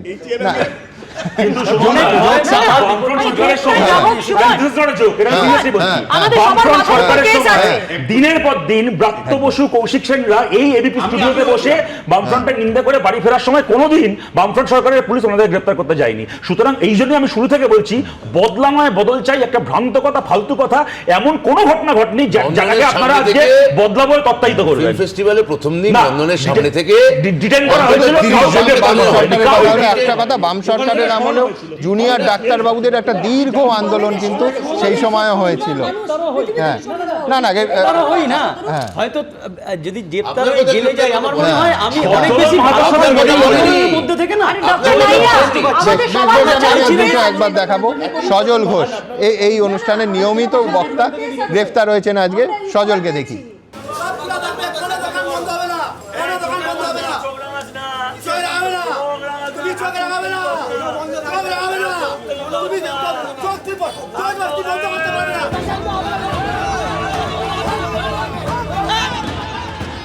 বিজেপির ডাকে 12 ঘন্টার বাংলা বন্ধের রণক্ষেত্রের চেহারা নিল শিয়ালদার কোলে মার্কেট এলাকা।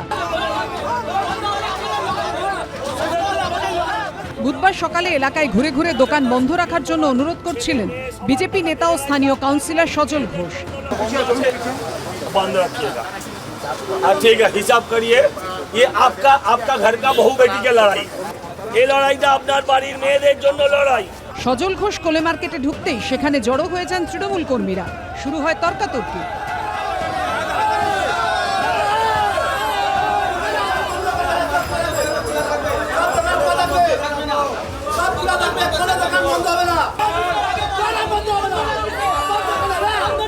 ভালো করে লোকের কাছে হাত জোড় করছি, এরা সমাজ বিরোধী, এরা মানুষের ভোট পায় না, এরা মানুষের ভোট পায় না এখান থেকে, এরা সমাজ বিরোধী, এদের এখানে কেউ ভোট দেয় না। তৃণমূল কর্মীরা দোকান বন্ধে বাধা দিলে ব্যাপক ধস্তাধস্তি শুরু হয়ে যায়।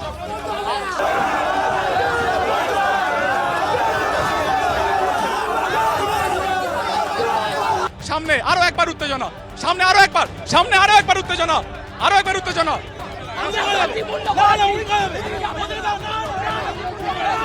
ফের আরো বেচাকে সজল ঘোষ ফিরে যাচ্ছিলেন, তার দিকে তেড়ে যাচ্ছেন তৃণমূলের কর্মী সমর্থকেরা। মানুষটি ওষুধের দোকান বন্ধ করে, সে সব থেকে সমাজের বিরোধী। যে মানুষ ওষুধের দোকান বন্ধ করে, বন্ধের বিরোধিতায় তিনি হচ্ছে সব থেকে বড় সমাজ বিরোধী। এরপর কোলে মার্কেট থেকে বেরিয়ে যান সজল ঘোষ। বাইরে বেরোতেই তাকে ধাওয়া করেন তৃণমূল কর্মীরা। সজল ঘোষ ফিরে যাচ্ছিলেন, তার দিকে তেড়ে যাচ্ছেন তৃণমূলের কর্মী সমর্থকেরা। এরপর মেন রোড দিয়ে না নিয়ে গিয়ে গলির রাস্তা দিয়ে সজল ঘোষকে তার বাড়িতে নিয়ে যায় পুলিশ।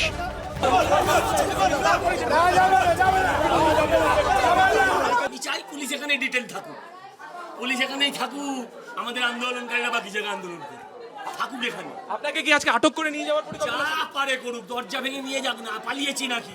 আমি চাইলে এখনো পালাতে পারি, কিচ্ছু করতে পারবে না, পালাবো, এখানে দাঁড়িয়ে থাক। এরপর সজল ঘোষের বাড়ির সামনে আসে বিশাল পুলিশ বাহিনী। গ্রেফতার করা হয় তাকে।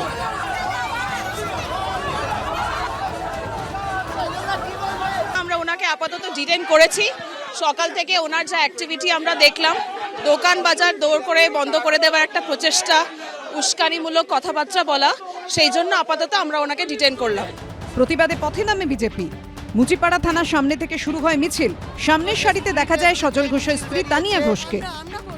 মানে জোর করে এবারে ধস্তাধস্তি করে একটা পরিবেশকে একদম একটা ইয়ে করে দিল। আর ওরা চাইছিল যে এটার মধ্যে পুলিশ, হ্যাঁ অতি সক্রিয় একদম। আগেও আমরা দেখেছি, বললো পুলিশ আপনাদের কিছু কারণ বলেছে না, কারণ কিছু বলতে পারিনি। কেন কারণ নেই তো কি বলতে পারবে কারণ? জায়গায় জায়গায় বিজেপির নেতারা 10 জন, 20 জন, 25 জন মিলে অবরোধ করেছেন, গন্ডগোল করার চেষ্টা করেছেন, এই করে কিছু দৃশ্যের অবতারণা করেছেন। তাতে মানুষ বন্ধ আদৌ কোনোভাবে সমর্থন করেননি, সাড়াও দেননি। বুধবার রাতে জামিনে মুক্তি পান সজল ঘোষ। 2021 সালের 13ই আগস্ট সন্তোষ মিত্র স্কোয়ারে সজল ঘোষের বাড়ির সদর দরজা লাথি মেরে ভেঙে ভেতরে ঢুকেছিল পুলিশ। তারপর গ্রেফতার করে নিয়ে যাওয়া হয়েছিল মুচিপাড়া থানায়। সেই স্মৃতি কিছুটা হলেও উস্কে দিল বুধবারের ঘটনাক্রম। সুকান্ত মুখোপাধ্যায়, ব্রতদীপ ভট্টাচার্য, পার্থপ্রতিম ঘোষের রিপোর্ট, এবিপি আনন্দ। শঙ্খ ঘোষ লিখেছিলেন, রাস্তা কেউ দেবে না, রাস্তা করে নিন। আরজিকর কাণ্ডের পর বারবার বিক্ষোভে প্রতিবাদে উত্তাল হয়েছে রাস্তা। দেখুন, ঘটনা এতটাই ভয়াবহ যে সমাজের প্রত্যেকটা স্তর থেকে প্রতিবাদ উঠে আসছে এবং আসাটাই স্বাভাবিক। কিন্তু আমাদের অনুরোধ একটাই, নৃশংসতার প্রতিবাদ যেন হিংস্রতা দিয়ে না হয়। আন্দোলনকারী হন কিংবা পুলিশ, কারুর রক্তেই যেন রাজপথ না ভেজে। গতকাল নবান্ন অভিযানে রক্তাক্ত হয়েছেন একাধিক পুলিশকর্মী ও পুলিশ অফিসার। যেমন ইটের আঘাতে প্রায় দৃষ্টিশক্তি হারাতে বসেছেন সার্জেন্ট দেবাশিস চক্রবর্তী। চিকিৎসার জন্য তাকে হায়দ্রাবাদ নিয়ে যাওয়া হচ্ছে। তিনি এবং তার সঙ্গে যারা এই আন্দোলনে আহত হয়েছেন প্রত্যেকে দ্রুত সেরে উঠুন, এই কামনা করি। পশ্চিমবঙ্গ ছাত্র সমাজের ডাকা নবান্ন অভিযান ঘিরে মঙ্গলবার রণক্ষেত্রের চেহারা নেয় গঙ্গার দুপার। উপড়ে ফেলা হয় একের পর এক ব্যারিকেড, আক্রান্ত হয় পুলিশ। পুলিশ কর্মী, তাকে রীতিমতো মারধর করা হচ্ছে। রক্ত ঝরে উর্দিধারীদের, কোথাও লাগাতার ইট ছুঁড়ে, কোথাও পুলিশের লাঠি দিয়ে পেটানো হয় পুলিশকেই। পাল্টা বিভিন্ন জায়গায় লাঠিচার্জ করে পুলিশও। মাথা ফাটে মহিলা আন্দোলনকারী, জখম হন বিক্ষোভকারীরা। এই খণ্ডযুদ্ধের মধ্যেই আন্দোলনকারীদের ছোড়া ইটের আঘাতে চোখ হারাতে বসেছেন কলকাতা পুলিশের ইস্ট ডিভিশনের সার্জেন্ট দেবাশিস চক্রবর্তী। মঙ্গলবার নবান্ন অভিযানের দিন 11 ফার্লং গেটে ডিউটিতে ছিলেন তিনি। পরে গন্ডগোল বাড়ায় তাঁদের স্ট্র্যান্ড রোডের দিকে যেতে নির্দেশ দেওয়া হয়। পুলিশের দাবি, রেড রোড ধরে গাড়িতে করে এগোচ্ছিল কলকাতা পুলিশের টিম। ইডেন গার্ডেনের সামনে আচমকা আন্দোলনকারীরা গাড়ি লক্ষ্য করে ইট ছুড়তে শুরু করে। উইন্ডস্ক্রিন ফেটে সোজা দেবাশিস চক্রবর্তীর চোখে এসে লাগে একটি ইট। গলগল করে রক্ত বেরোতে শুরু করে। কোনো রকমে গাড়ি ঘুরিয়ে রক্ষা পান সকলে। আমাদের ওখান থেকে ইনস্ট্রাকশন আসে যে আমাদের স্ট্যান্ড রোডের দিকে, গোয়ালিয়র ঘাটের দিকে মুভ করতে হবে। ইডেন গার্ডেনের কাছে একদল প্রোটেস্টার ইট ছুটতে থাকে। তো আমাদের গাড়িতে উইন্ডস্ক্রিন ফেটে যায়। ফেটে গিয়ে ফার্স্ট এডটাই আমার চোখে এসে পড়ে। তারপরে আরও প্রচুর পরিমাণে ইট এসে পড়তে থাকে। কোনো মতে আমাদের ড্রাইভার ওখান থেকে গাড়ি ঘুরিয়ে নিয়ে চলে যায়। আমরা প্রাণে রক্ষা পাই এবং আমার চোখ থেকে অঝরে রক্ত ঝরতে থাকে। সূত্রের খবর, সার্জেন্ট দেবাশিস চক্রবর্তীর বাম চোখের রেটিনা ক্ষতিগ্রস্ত হয়েছে। দৃষ্টিশক্তি ফেরার সম্ভাবনা খুবই ক্ষীণ বলে জানিয়েছেন চিকিৎসকরা। চিকিৎসার জন্য দেবাশিস চক্রবর্তীকে হায়দ্রাবাদের এলভি প্রসাদ ইনস্টিটিউটে নিয়ে যাওয়া হচ্ছে। ওনার ইনজুরিটা খুবই ক্রিটিক্যাল স্টেটে আছে। কর্নিয়াতে ইনজুরি আছে, রেটিনার ইনজুরি আছে। একটা মাইনর সার্জিক্যাল প্রসিজার হয়েছে, কিন্তু এখনও ভিশন ফিরবে কিনা সেটা নিয়ে কিন্তু কেউ সঠিক বলতে পারছেন না। নবান্ন অভিযানের দিন আহত হন sergeant Atanu Roychowdhury, sergeant David Topno, home guard Debasish Kundu সহ একাধিক পুলিশ কর্মী। তবে এরই মধ্যে ব্যতিক্রমী ছবি ধরা পড়ে হাওড়া ময়দানে। ইটের ঘায়ে মাথা ফাটে চণ্ডীতলার সার্কেল ইন্সপেক্টরের।